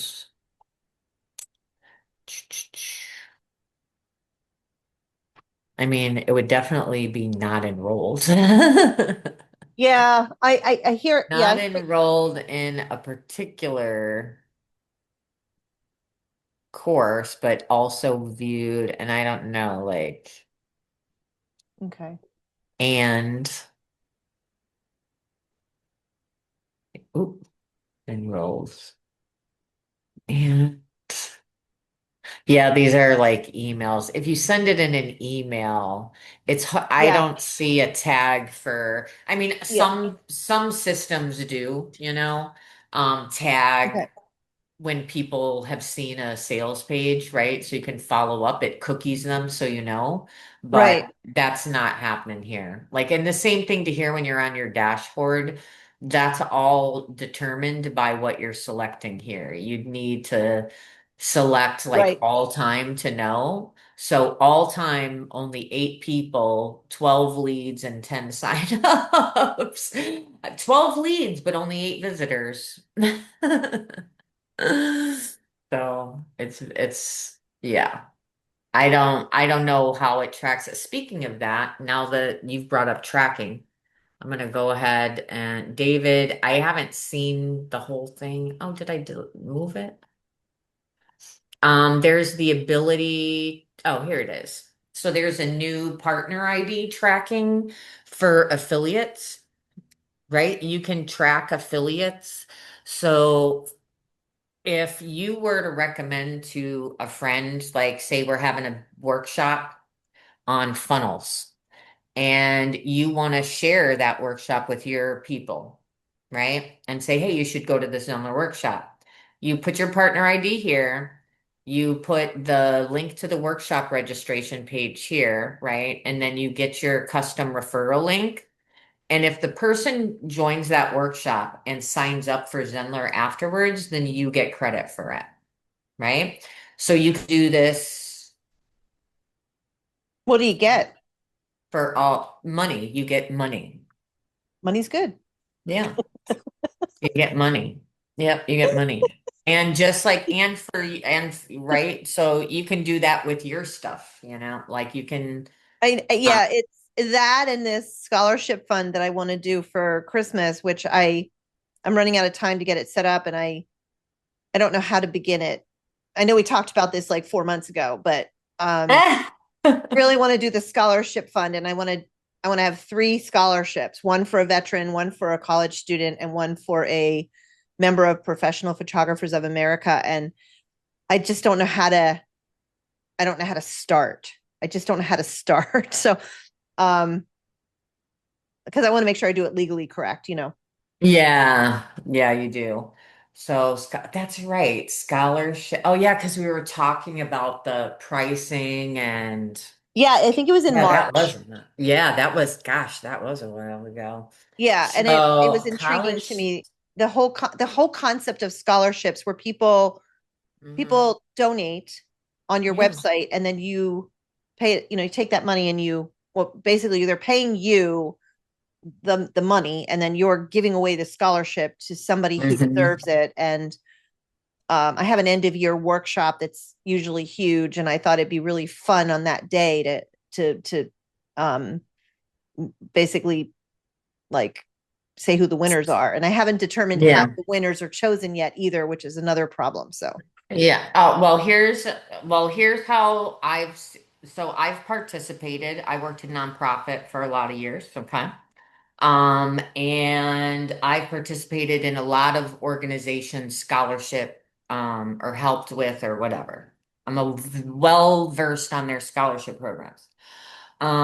So a couple of different ways that you do it is you have a preset panel, right? You have people volunteer to be the judges. Everybody gets a vote, and then, here's who gets the scholarship. Or maybe it's you get the final decision or whatever, and you can make up what that criteria is, right? To make sure that it's fair and equitable or whatever. So you can do that. Um, how would you have and people apply? Like, they w- how would they, yeah, like if there's 3 different types of scholarships, how would you recommend having people that qualify for one of these scholarships? How would you recommend they apply? so usually it's a competition, right? The ones that I've seen, like the VFW does, they have this veterans, we do scholarships for students in the community, and we had this art competition where they had to draw something for Veterans Day, make something or whatever. And so everybody submitted their art, right? And the art got displayed at the VFW, and people came into the VFW and wrote down on a paper which one they liked the best. Okay. And that person won the scholarship. And the VFW gave them, $1,000 for whatever thing that they were doing, right? So sometimes it's a competition. So that since you are giving away something that's photography related, you could have them, like a lot of these things, people write an essay Yeah, I was on thinking that. why they should get it, or they could write an essay on the behalf of someone they want to nominate for it, kind of Yeah. thing. So the writing thing is usually pretty good. You are a photography, so it could be interesting to make it a photography competition, like a photograph that speaks to why you should have get this scholarship, or why you want the scholarship, or what the scholarship would mean to you, kind of thing. Submit a photograph and an essay, kind of thing. Could be cool. And another thought I was having with this, because you said a college student, a veteran, and someone from the photography association, whatever. But I was thinking, what about photography students? Like I know you said college student, but what about a student that's interested in photography Well, specifically? that's kind of what I was thinking. I was Somebody thinking, who's, okay, yeah, somebody who's already in school or going, maybe entering, well, has already, yeah, interest. they'd have to already be a freshman, but yeah, somebody who's Yeah. already in school because they want to become a A photographer. photographer. I mean, I'm teaching some pretty cutting edge stuff that I Mm. don't think is being handled in the fine art world of photography at the college level yet. Especially not in academia. No, not Yeah. at all. I know, like, but I have a son that's in, well, he's in high school, but he's also in college. He's in both, right? And he's in college, he's in taking graphic design. All right. And they're barely using any AI, like not even hardly at all. In Photoshop sometimes they have a little AI tool they use, No, but no, that no. like, but Photoshop, they're, Photoshop has gone off the charts with AI now. Like, well, whatever version these kids are using, it's not, okay. they don't have access. They're not using much of the AI, because I talk to my son about it all the time. So you're right. They're not in academia. It's not as much. And when they do have tools with AI, my friend and I were just talking last night that they're putting in AI features in the most annoying places where people don't want it. They don't want it there. They don't understand it. They don't have an option to get rid of it, and it's getting in their way. And so many, they're really, I think their goal is to make people hate AI, which is so bizarre. It's just the rollout is absolutely atrocious. It's just terrible. So yeah, you're right that academia isn't doing much. They don't do cutting edge. Same thing with um whether it's the arts, whether it's medicine, right? Like cutting edge is not, they don't do that in the classroom. It's a So shame. yeah. Hmm. Um, It really is. okay. So, I'm gonna noodle this around in my head a little bit, and then maybe you and Yeah. I can chat because, like, Yeah. I know that I should really start talking about this by the end of August, right? Yeah. So and where, so what time, like, do you want this to be, is this something that you want to run local, or is this something No, you're just gonna do everywhere? no. I am. So I have students all over the world. Right. Um, so I want it to be something where if there's a, I don't know, if there's somebody in another country who's like, oh, I'm 62 and I just started photography, for the first time in my life. And I just, whether they're a member of an organization, like I want it to be something where you could be 19 or you could be 75 and you could apply for these scholarships as long as you're one of these three categories, you know. Right. Um, Yeah. Okay. I mean, and 3 seems like a lot to me, but I thought, well, if I could pull off 3, and I mean, it's 2 things I have to do. I have to fund it, and I have to reach out to people that, would potentially want to fund, like collect the money, and that's the other thing, like not sure how to,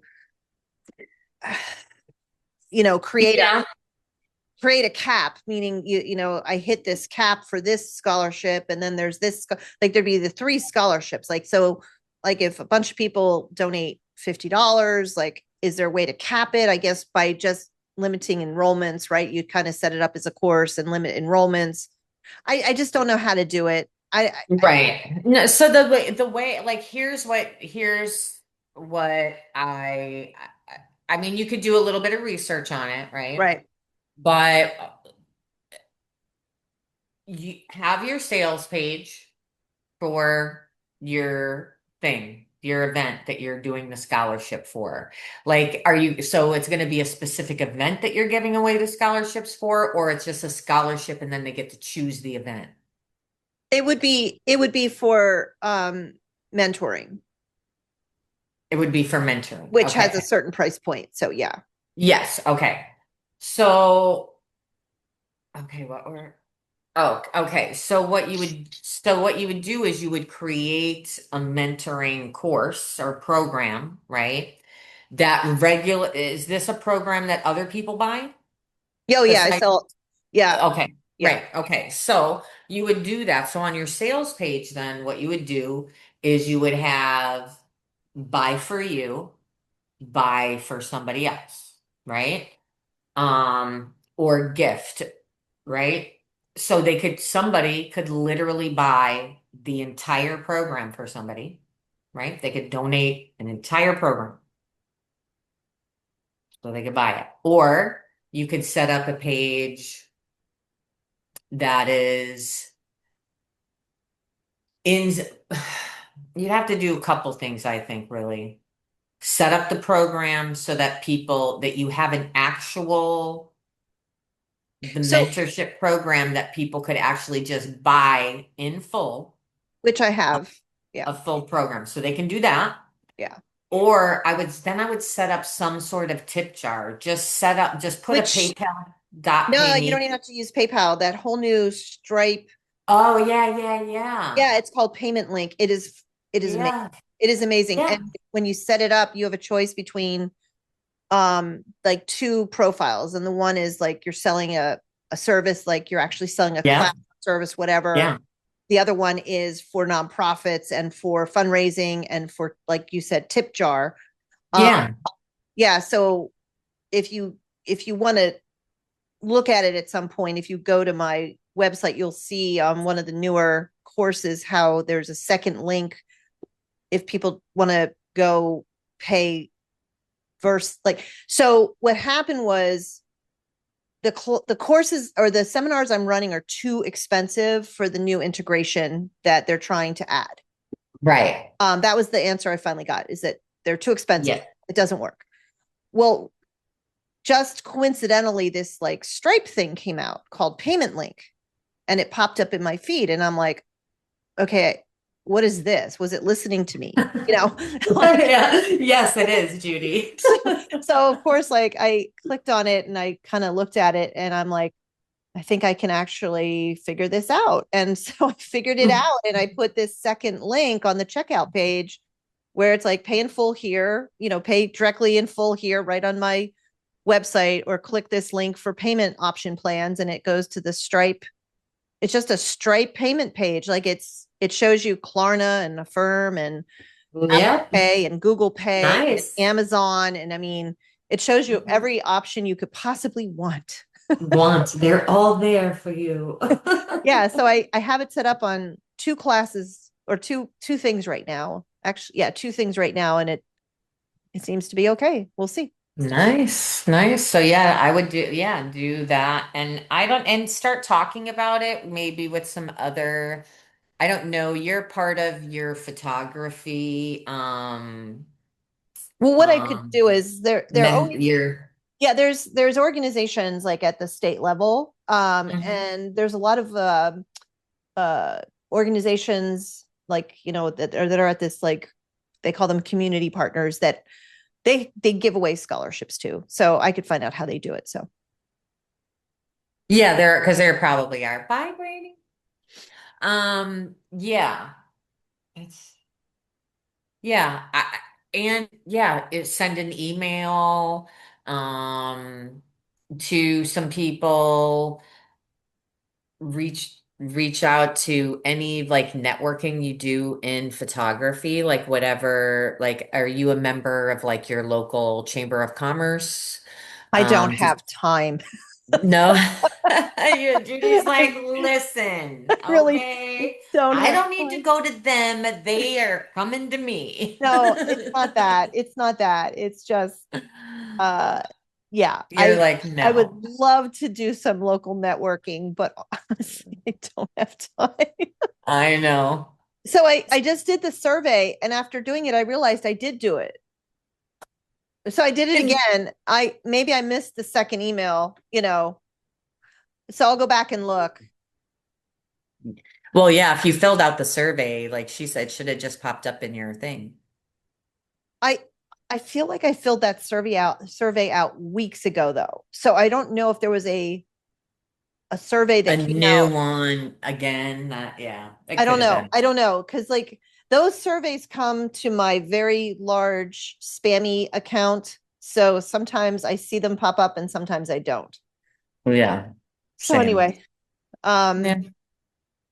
so yeah, the spell check thing would be really great if they could just figure out a way.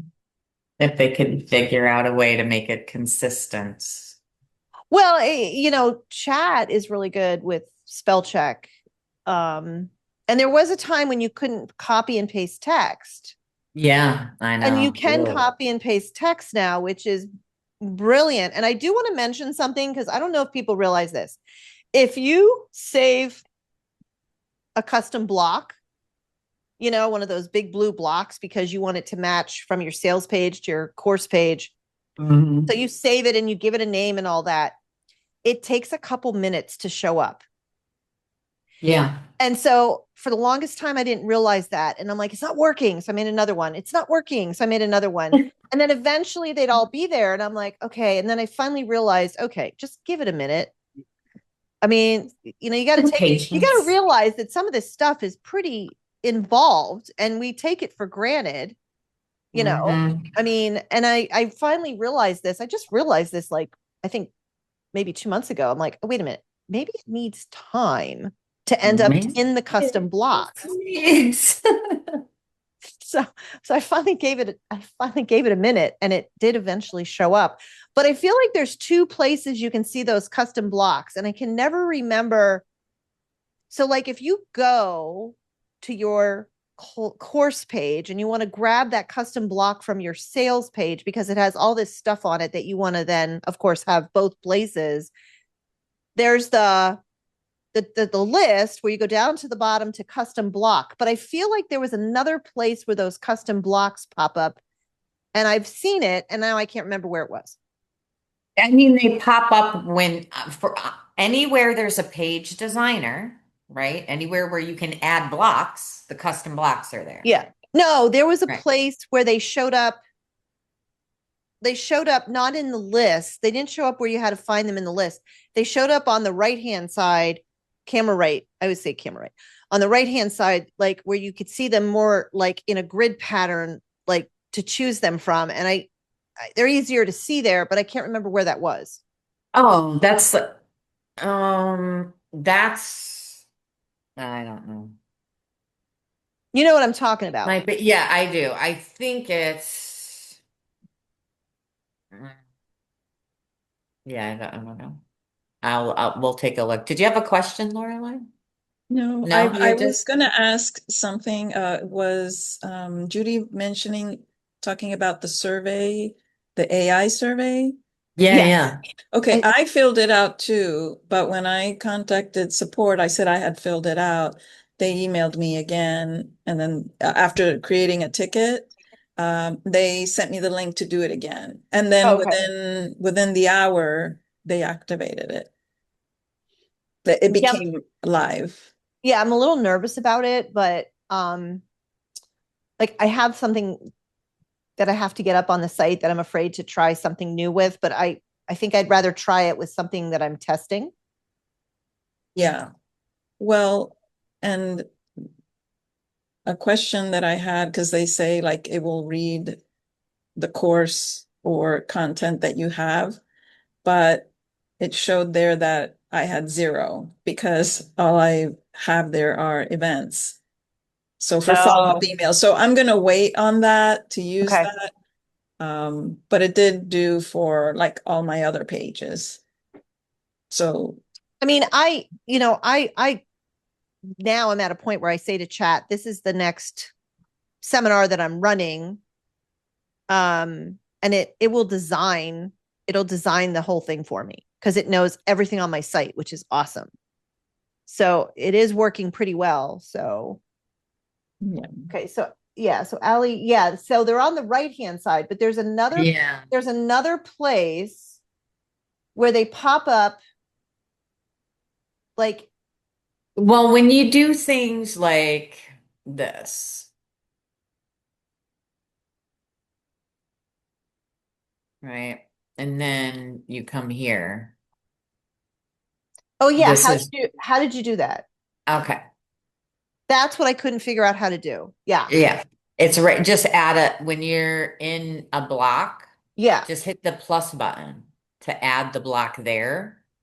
And then come over to the list on the left and select the custom, and then all the custom blocks will be there.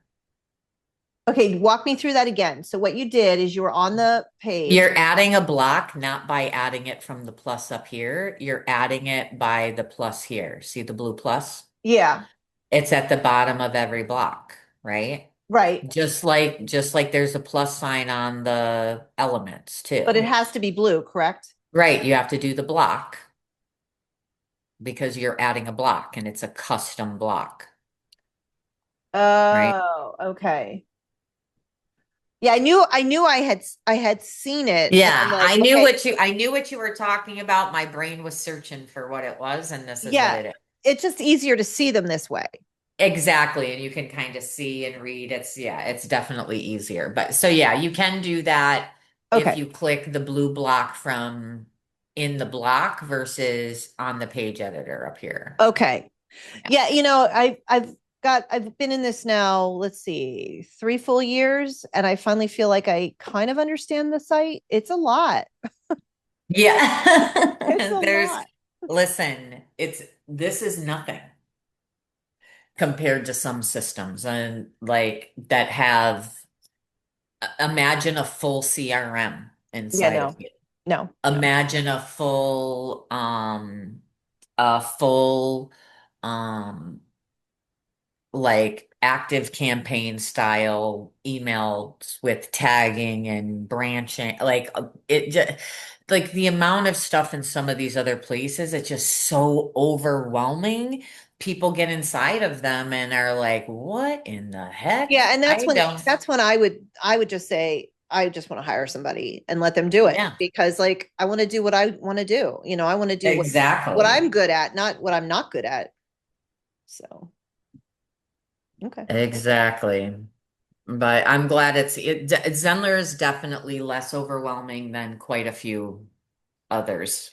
Right. That is for sure. With at least some robust. There are some that have way less stuff than Zenler, right? That don't even have live video, that don't have anything. But for a full service style all-in-one platform, they don't have 10 million features that you have to sort through to figure out what you want to use. Like, it's just not there. You have your courses, you have your live streaming, you got some emails, you got some marketing funnels, you got the like all of literally the single foundations that you need is in Zenler without all the extra fluff. And hopefully that we'll see. I'm interested. I haven't had time. I was moving and I don't have a long schedule for in Zenler. So I haven't had a chance. I want to do the AI agents too and kind of get a feel for how they work because I haven't even had a chance to look at them either. So, and I know once everybody has them, they're going to be coming on here to ask me about them. So, Absolutely. I've got to be able to get on there and get them. I just haven't had time because moving and everything else. And, I only work part-time for Zenler. So, Right. it's not my full-time thing. Right. So little bits at a time for sure. And for anybody interested in those affiliate links and the partner links going to any of the different trainings or whatever, Kevin did a full walkthrough of that today in the Facebook group, and it's pinned right next to this video this way, I guess, maybe if I'm on Facebook. So just look over there for Kevin, and he's showing you right now on Facebook how to do that. Okay. Because it's just for anybody else too that's watching, because I know I screen shared it a bit, because it is nice to be able to track links, like be able to say, okay, let me recommend my friend come to this Zenler training, and then if that friend signs up for Zenler, it's cookied to you, so you get credit for it. That's a bit like that's made it really easy to do those affiliate links. It's a big Do you think the Zenler platform would work for a nonprofit? It would depend on, I mean, sure, it could. Why it could. It Okay, because could. I'm on the board of a nonprofit that's looking for a new platform. Mm-hmm. Okay. Yeah, maybe. I can talk to you about it, Okay. what their needs are and whatnot. But yeah, it's certainly doable. I just know I mean, I know they need the ability to, have a easy to use checkout system, and to be able to sell different things on the site. Like they have summer camps and they have, like we have yeah, I'm on the board of something. Can you believe this? Like I was just gonna say, wait a minute, didn't you just tell me you don't have time to be part of the chamber? But it's I not the was like, chamber. It's a nature preserve, and they have a butterfly house. So of course I have. and so of Yeah. course you're on it. Yeah. Yeah. So, but yeah, so I wanted to find out like how that might work for them. Um, because we could theoretically have our board meetings then through the site even. Yes, 'Cause you could. yeah, because right now we're doing it over another platform that they have through the township, I think. Yeah. So there, it just seemed like there might be some opportunities that this could work for them possibly. And I didn't know if Zenler's ever done any kind of nonprofit websites, like if there's a different type of. No, I mean, the nonprofit designation is more, that's tax purposes and Okay. regulation and law, right? Right. And you have to have like, they have their 501(c)(3, they have, so their terms, their stuff, all of their legalities are outside of that. Now, for some things, right, like there are certain requirements for certain organizations. So some nonprofits or even some for-profit businesses, if they have very specific like HIPAA regulations and certain kinds of things, then the system itself will have to meet certain requirements for people to use it. But in this case, with nonprofits in nature, I don't see that there's any regulations that would need to be concerned about using Zenler. So I think it's fine. This morning there was also an email that came through. I think it was from David about the fraud protection plan inside of Stripe, the different tiers of protection that we currently get a certain level of protection for free until January of 2027. And then there's something that goes into place in January that is going to be a couple cents per transaction, I believe. And it was showing that there's going to be 3 tiers of protection like that you can pay for. I think he posted it. Actually, I think he posted it in the Facebook group before he went live, I think. Because I remember he posted the email And then there were people commenting. Yeah. So I think it was in the Okay. Facebook. In the Facebook group? Okay. Because I mean, right away as a business owner, like my first instinct is to pay the most expensive fraud protection, right? Well, so that you're protected, Yeah. Stripe update, There see it is. their email below. Yep. Okay. That's it. So that's Stripe. It says see their email below. So it's not about Zenler. It's No, Stripe. but I mean, since Stripe is pretty much like one of only two options through the platform, right? We have either PayPal or Stripe. That's it, right? Right. It says you can use Radar Lite for free right here. Until January of 2027. Where does it say that? Read further. I read the whole thing. That's all I read. That's all I have. Oh, What do you because mean? you could scroll through it. Okay. So Oh, he posted more down here. I'm sorry. I was just reading this one. yeah, Oh, okay. yeah. So yeah. So I mean, if I'm understanding it correctly, it's not that expensive. Yeah. Well, and here's another thing that you can do. I mean, you have chat that you pay for. You can do a research project in chat on the best route for fraud protection. And it will give you the information based on what it knows your business model to be specifically, because it knows you, and then you can investigate what that best route for your specific use case is, But what protections you specifically need. but if you're using Stripe, I would assume then you have to use whatever through them, right? I don't know. That's why I'm asked. That's why I said ask chat, do a research project on it and find out exactly what. Okay. Because if you can use Stripe or Radar for free, but then Radar's changing, maybe there's something else you can do. Do you know what I mean? It doesn't necessarily, if there's two options that David just gave us in Right. the Okay. thing, chances are if we do a little research, we'll find other options for Okay. other things. So for you with chat, like chat will be able to give you information based on your exact business model. It knows, right? Like just like you tried to get that Stripe thing and what happened, your programs are too expensive. Like Right. you can't do it. So there might be other little nuances as well with these things because of your business model, your type of fees, you're a high, you're a high end, um, you're not a low ticket person. So it's different. And the Okay. fraud has bigger numbers attached to it. Yes, So like exactly.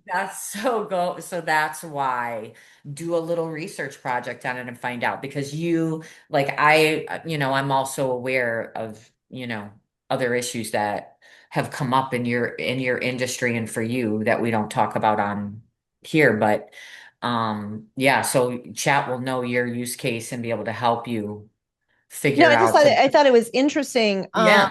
I mean, I guess I hadn't really thought about, I guess I hadn't really thought about somebody buying one of my courses with a credit card that wasn't theirs, I guess. But yeah, so I didn't test out the new beta payment link thingy for a less expensive item because to test it I have to clone something. I don't want to test it live, right? And then I made Yeah. a new email account. I set up this whole new Google email account so that I could have myself as a fake student. Finally I got Yeah. around to doing that. And then I even went to the website on Safari because nobody uses Safari, and went to the website on Safari and I kept trying to set it up and it just wasn't working for me. But finally somebody got back to me and said, "Oh, you're trying to sell something that's too expensive." And I'm like, "Oh, okay. Well, you could have told me that 3 weeks ago." And honestly, with the payment link option from Stripe, now you have more options, Yeah. including Affirm, which I bought expensive items through Affirm, and Affirm is awesome. So, we'll see. I don't know. We'll see. Yeah. Yeah. Maybe Stripe will increase their limit. I don't think it's Stripe. I think because For payment? Affirm wasn't an option through the Zenler plugin. Only Klarna was, and the email that I got back said it was a Klarna thing. Oh. And I don't really know Klarna, so Oh.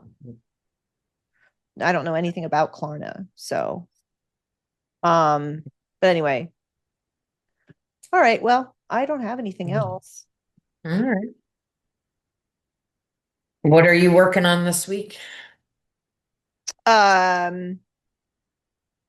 So I'm teaching a workshop at the end of August, and the part of the program, because I teach Kriya, the part that I'm teaching at the end of the August just changed completely. Oh my gosh. And it's nodes, and inside of Kriya nodes now you can actually talk right to it. Wow. Which is super cool, very nerdy, but of course, but now I have to learn. Okay, now you can just talk to it, which is awesome. Like you have to type, but you're talking directly to it. And you're telling it what you want, like, and it's putting all the little, it's actually pretty nerdy cool because like as you're talking to it, it's moving things around on the things screen, and you're and I'm like, watching oh my God, this is so cool. So exciting. I love that. I'm like, so things much. are moving. But I'm like, and then and then this other platform that I thought it would be really fun in September to do a workshop on editing your landscape and seascape images from your vacation trip. Well, the software that I was planning on doing this simple little workshop on completely changed. I learned that from scratch. Yeah. So yeah, a lot of late nights. Yep. I mean, that's why like I'm in this place right now because AI is changing so fast. Like you're in an industry where you're trying to stay on top of these trends because people are spending a lot of money to stay on top of them. Yep. So yes, get that money. But it feels like I'm on a paddle board in front of a tsunami. I mean, exactly. You are just constantly. because you're constantly chasing the trend. Yes, I feel that very much for you. Well, I've done the projects before. I can't remember what they come. I have like several research projects going on and some AI at any given moment. Because here's the thing. Like I like to max out my tokens, my credits, my everything. I want my plan maxed out. I'm not wasting anything. No waste. I'm paying for it. I'm getting every penny worth, okay? So I have like there are some times when I'm very busy with actual things I need all of my tokens for. I need every ounce that I have. However, there are a lot of times when I don't need that. Right. So I have a running list of things that I can run to use up those credits Yep. and have like I haven't had a chance to dive into them. They're things I'm interested in, right? They're evergreen type things that aren't going to be irrelevant later. They're a research project. So the content that's in there will still be relevant later when I have time, but I didn't have to use, I'm not going to use credits later because I used them when I didn't need them or whatever, if that And I makes think sense. that actually brings up a really valid point because we're in a situation where you're paying for this platform and that platform and this like so I pay for Hey Jen, okay, because Hey Jen does the best lip syncing, but it's not cheap, okay? And I have the minimum plan at Midjourney because if you cancel it all together, you lose everything you've ever made, and who has time to download all that stuff, right? So Oh instead, my gosh, is that really true? If you stop paying for I Midjourney, think they I'm purged gonna your have to account. look. I am gonna have to I'm look. pretty sure I'm they gonna purged. look. And I did downgrade Okay. to the $10 plan like 2 years ago when I got busy with Kriya because I'm doing everything in Kriya. But on the $10 Yeah. plan, if you make something on the $10 plan, it's public. Hmm. Yeah, you have to pay the higher one. So that I did their Black Friday deal or something last year. I bought it last year and I paid for the year, so I don't yeah. know. Well, and the thing is, like, if your credits don't roll over and they expire every month, I always tell my students, make a sticky note, and put it up on the monitor in the corner with the name of the platform and the date, like the 28th, the 16th, whatever, so that okay, I got to go and just blow credits the day before on something that maybe I don't know how to do and I know it's going to eat up credits and I want to try something dumb. Okay. That part. Don't let those credits that you bought just go to waste. Use them, like you said, use them up. Yep. Because right now, like, you could be paying for so many. I mean, I'm paying. So I just myself, and you probably pay for more platforms than I do. I'm paying for ChatGPT. I'm paying for HeyGen.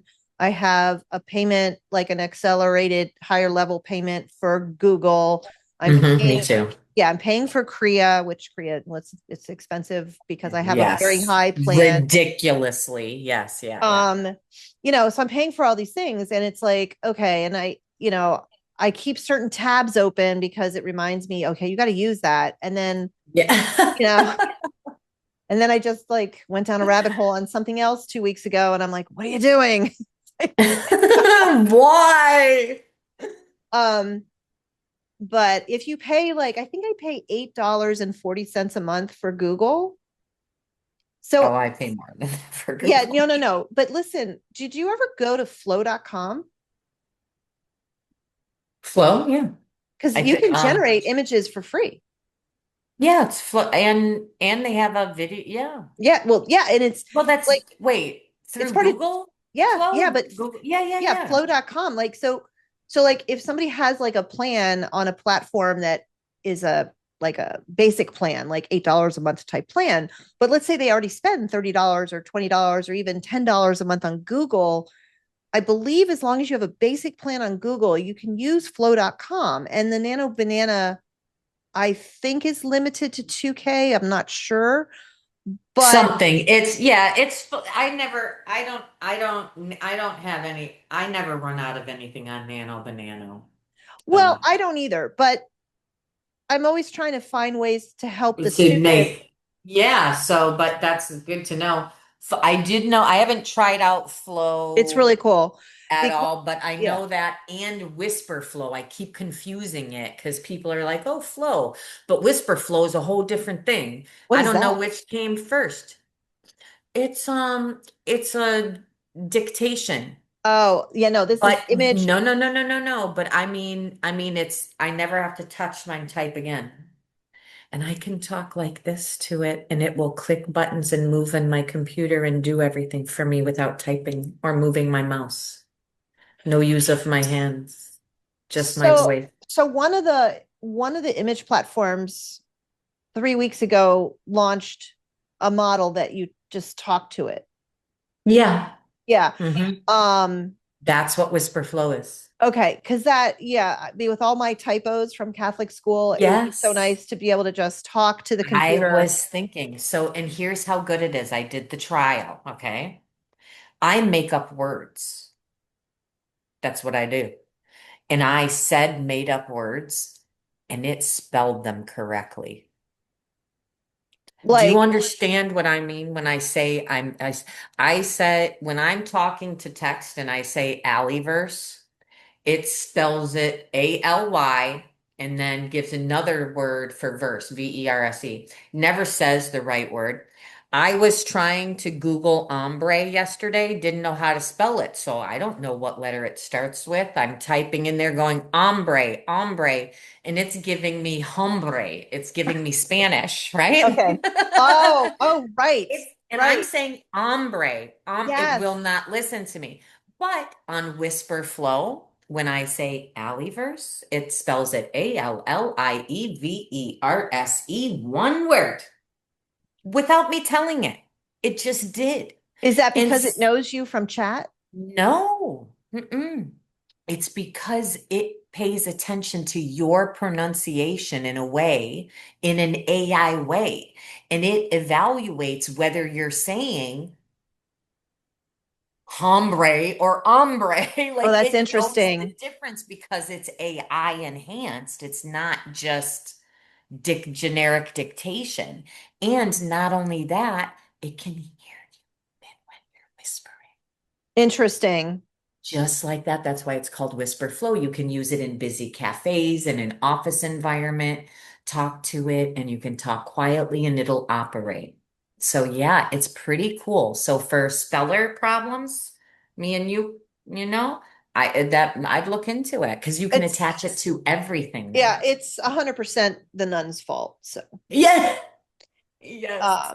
yeah, like Yeah. my That's mom. so funny. I didn't know you all. I did go to Catholic Oh school. God, like I Saint, just remember during Stations of the Saint Cross, Columba.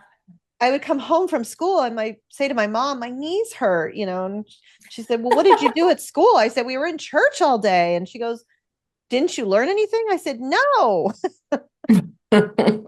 Yep. Oh yeah. Yeah. No. Just go to Um, church. and you Yeah. would I think went I'd to have, Catholic. do you have good handwriting? Because you would think we would have good handwriting and I No. don't. I write like a doctor. Okay. I'm a notebook girl too. My notebook's laying right next to me.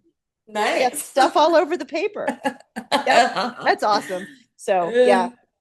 Mhm. Um, yeah. So anyway, check out Flow. It's pretty cool. I will. Um, like if you're on a platform and it's not generating the image that you really want, my understanding and experience is you better stop or it's going to start remembering that you like a style you don't like. Exactly. Well, So see, that's what I do is when it messes it up, I literally delete that thread and do it again. I don't want it to even remember that I had already asked it when it made a mistake. Like, absolutely smart. yeah, so I've always thought that like these AI platforms, the image ones, we know chat has memory, but I always thought the image ones had memory. And I this was about a year ago. I was trying to create, this is before Nano Banana came out, which it's hard to believe a time before that. But anyway, I know, right? back then we had to in Korea train a character. So you would upload like 40 images of like your subject, like whether it's your dog, your cat, your Mhm. husband, your wife, whatever. And you would train it so that you could generate this character doing something. So I had trained it on one of my dogs and I wanted the dog um, to be in this jazz nightclub playing a bass fiddle, whatever you call that. And so it initially I thought I better train a jazz club. So I'm trying to train this jazz club setting for this dog. And I'm like, it had like this guy playing the drums and it had these guys, playing these other instruments and they were humans. And I'm like, yeah, I don't think that's the look I want. So anyway, I kind of went a different direction and, long story short, I generate this beautiful, like painterly image of one of my dogs that has passed away playing this bass. Aw. And I decided to turn it into a video. Now, when you turn something like a still image into a video, it has to take some liberties. Yeah. It went all the way back to the first image of the guys playing in the band. And when I asked it to pan camera left as he's playing, like I wanted the camera to go around the dog on stage and pan from the right where the audience was all the way around the dog to the left where the band was. It brought that original band back. And it was cool. It worked. It was cool. It worked, but it drifted all the way back. Like it remembered. Yeah. So I was like, wow, it's really interesting. So yeah. So when I have a student say to me, it's not listening to me, it's not creating anything I like, I say, stop, because you're training it wrong. It's going to keep making bad images, Right. you know, um, it's just, I don't know. It's very interesting to me because like, people say, oh, AI, you just push a button and you make an image. No, you don't. No. It's a tool and you are like, I love this sentence and I can't remember where I heard this last week. Somebody said, I think it was a guy that I follow on LinkedIn. He said, AI is just another tool in the toolbox. You're still the art director of your creation. And I was like, oh my God, that is brilliant because Yeah. because you're still creating your style. like Right. creating like the way I do my course cards for my Zenler account, or the way I, Yeah. create, even if I create like examples of things, it's still my style. Like, That's right. if you and I took the same prompt to create an image, they would not look the same. No, they wouldn't. Mm-mm. Nope. Same thing as if we each drew an image, it wouldn't look the same. Yes. And here's the other thing. There's a lot of controversy around AI, always has been. It's getting worse right now. Just 2 weeks ago, I know we talk about Substack almost every week, but Substack violated its own policies, violated GDPR, and is probably going to have lawsuits up the wahoo because they launched an AI detection tool made out of AI, by the way. And everybody's without telling anybody. And it's just very bizarre, the rollout, everything that's going on with it. And there's a lot of Hmm. people writing and talking about this. And it's like, listen, you can use this scanner to scan if AI made this or not, or wrote or participated. First of all, it's biased and it's not working properly. Right. So many people have hand typed in to the composer only to have it say it's 100% AI. And they're like, no, sir. So this thing does not work at all, and it's very biased in bad ways as well. And a lot of people are saying that, like, it's about the discernment. If I used AI to write this or didn't use AI to write it or whatever, and I'm giving you this information, you're the reader. Why are you having a machine tell you whether or not you should like this article or not? Read it for yourself and use your own human discernment. Is this slop? Is this garbage? Is this something I don't want to read? If it is, then don't frickin' read it anymore. If you enjoyed it, who cares if this little thing says it was AI assisted or human Oh my made? God. Who Like cares? if I wrote an article Who without cares? some AI help, I'd have grammatical issues, I'd have typos, Spelling, spelling, everything. Yes, use the of yeah, accessibility is a big deal with AI, which yeah. is also why it unfairly judges people who are neurospicy, don't have English is not their first language, right? So Yeah. all of these people are being unfairly judged as AI created Hmm. in ways that it's actually not AI created. Right. So Interesting. yeah, it is. So yes, I think human beings we really need our own discernment. I am an adult. I'm fully capable of reading something and determining for myself whether I like it, whether I respect it, So whether they it's added not. something to the platform that told you it was That's scan. No, no, no, no. Then not just that. In order for me to publish any content now on Substack, as soon as I go to publish, they have a partnership with Panagram that scans your article for AI usage. Now you can turn it off and not allow people who read your stuff to scan it, but it still has to scan your stuff first. It's very weird. huh. Wow. So it's not, it's a very bizarre situation happening over there. And a lot of people are reasonably upset because they had no notice. Nobody was told about this. They weren't given, what was it? They said on July 20th, Substack changed its terms of service without notice. And then implemented the panagram the next day. I think I got an Be- email, but Because its terms of service yeah, say I didn't really. and GDPR outside of the US require there to be notification to changing the terms of service that require this and that and allow reasonable time for someone to object and then deal with that. They did not do that. They changed their terms of service on one day, launched Panagram the next day on site wide. Didn't give anybody an opt out, nothing. Wow. Everybody is losing their minds. Huh.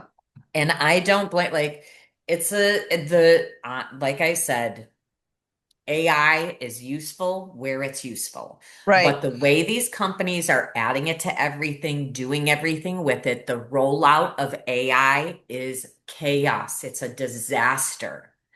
And that's why I'm glad to be on the outside of it because I'm not caught in the loop. All of these people on Substack that have these followings that are literally, they've made their money on Substack. I know some people that have, they don't work anymore. They get paid full time to write on Substack. But these people don't have social media accounts either. They are now just starting Instagram accounts to grow followings on because they may want to leave Substack, even though Substack is subscriber based and followers, right? So you've got twofold. But it's very interesting how it's playing out. You know, the people that are, against AI usage, the people that are for it, but they have rules. I don't know. So weird. I don't know. I can discern it for myself if I want to read what you write, like if I want to, like I talk to you all the time, Judy, right? So I've been seeing you in here. I know you're a real person, right?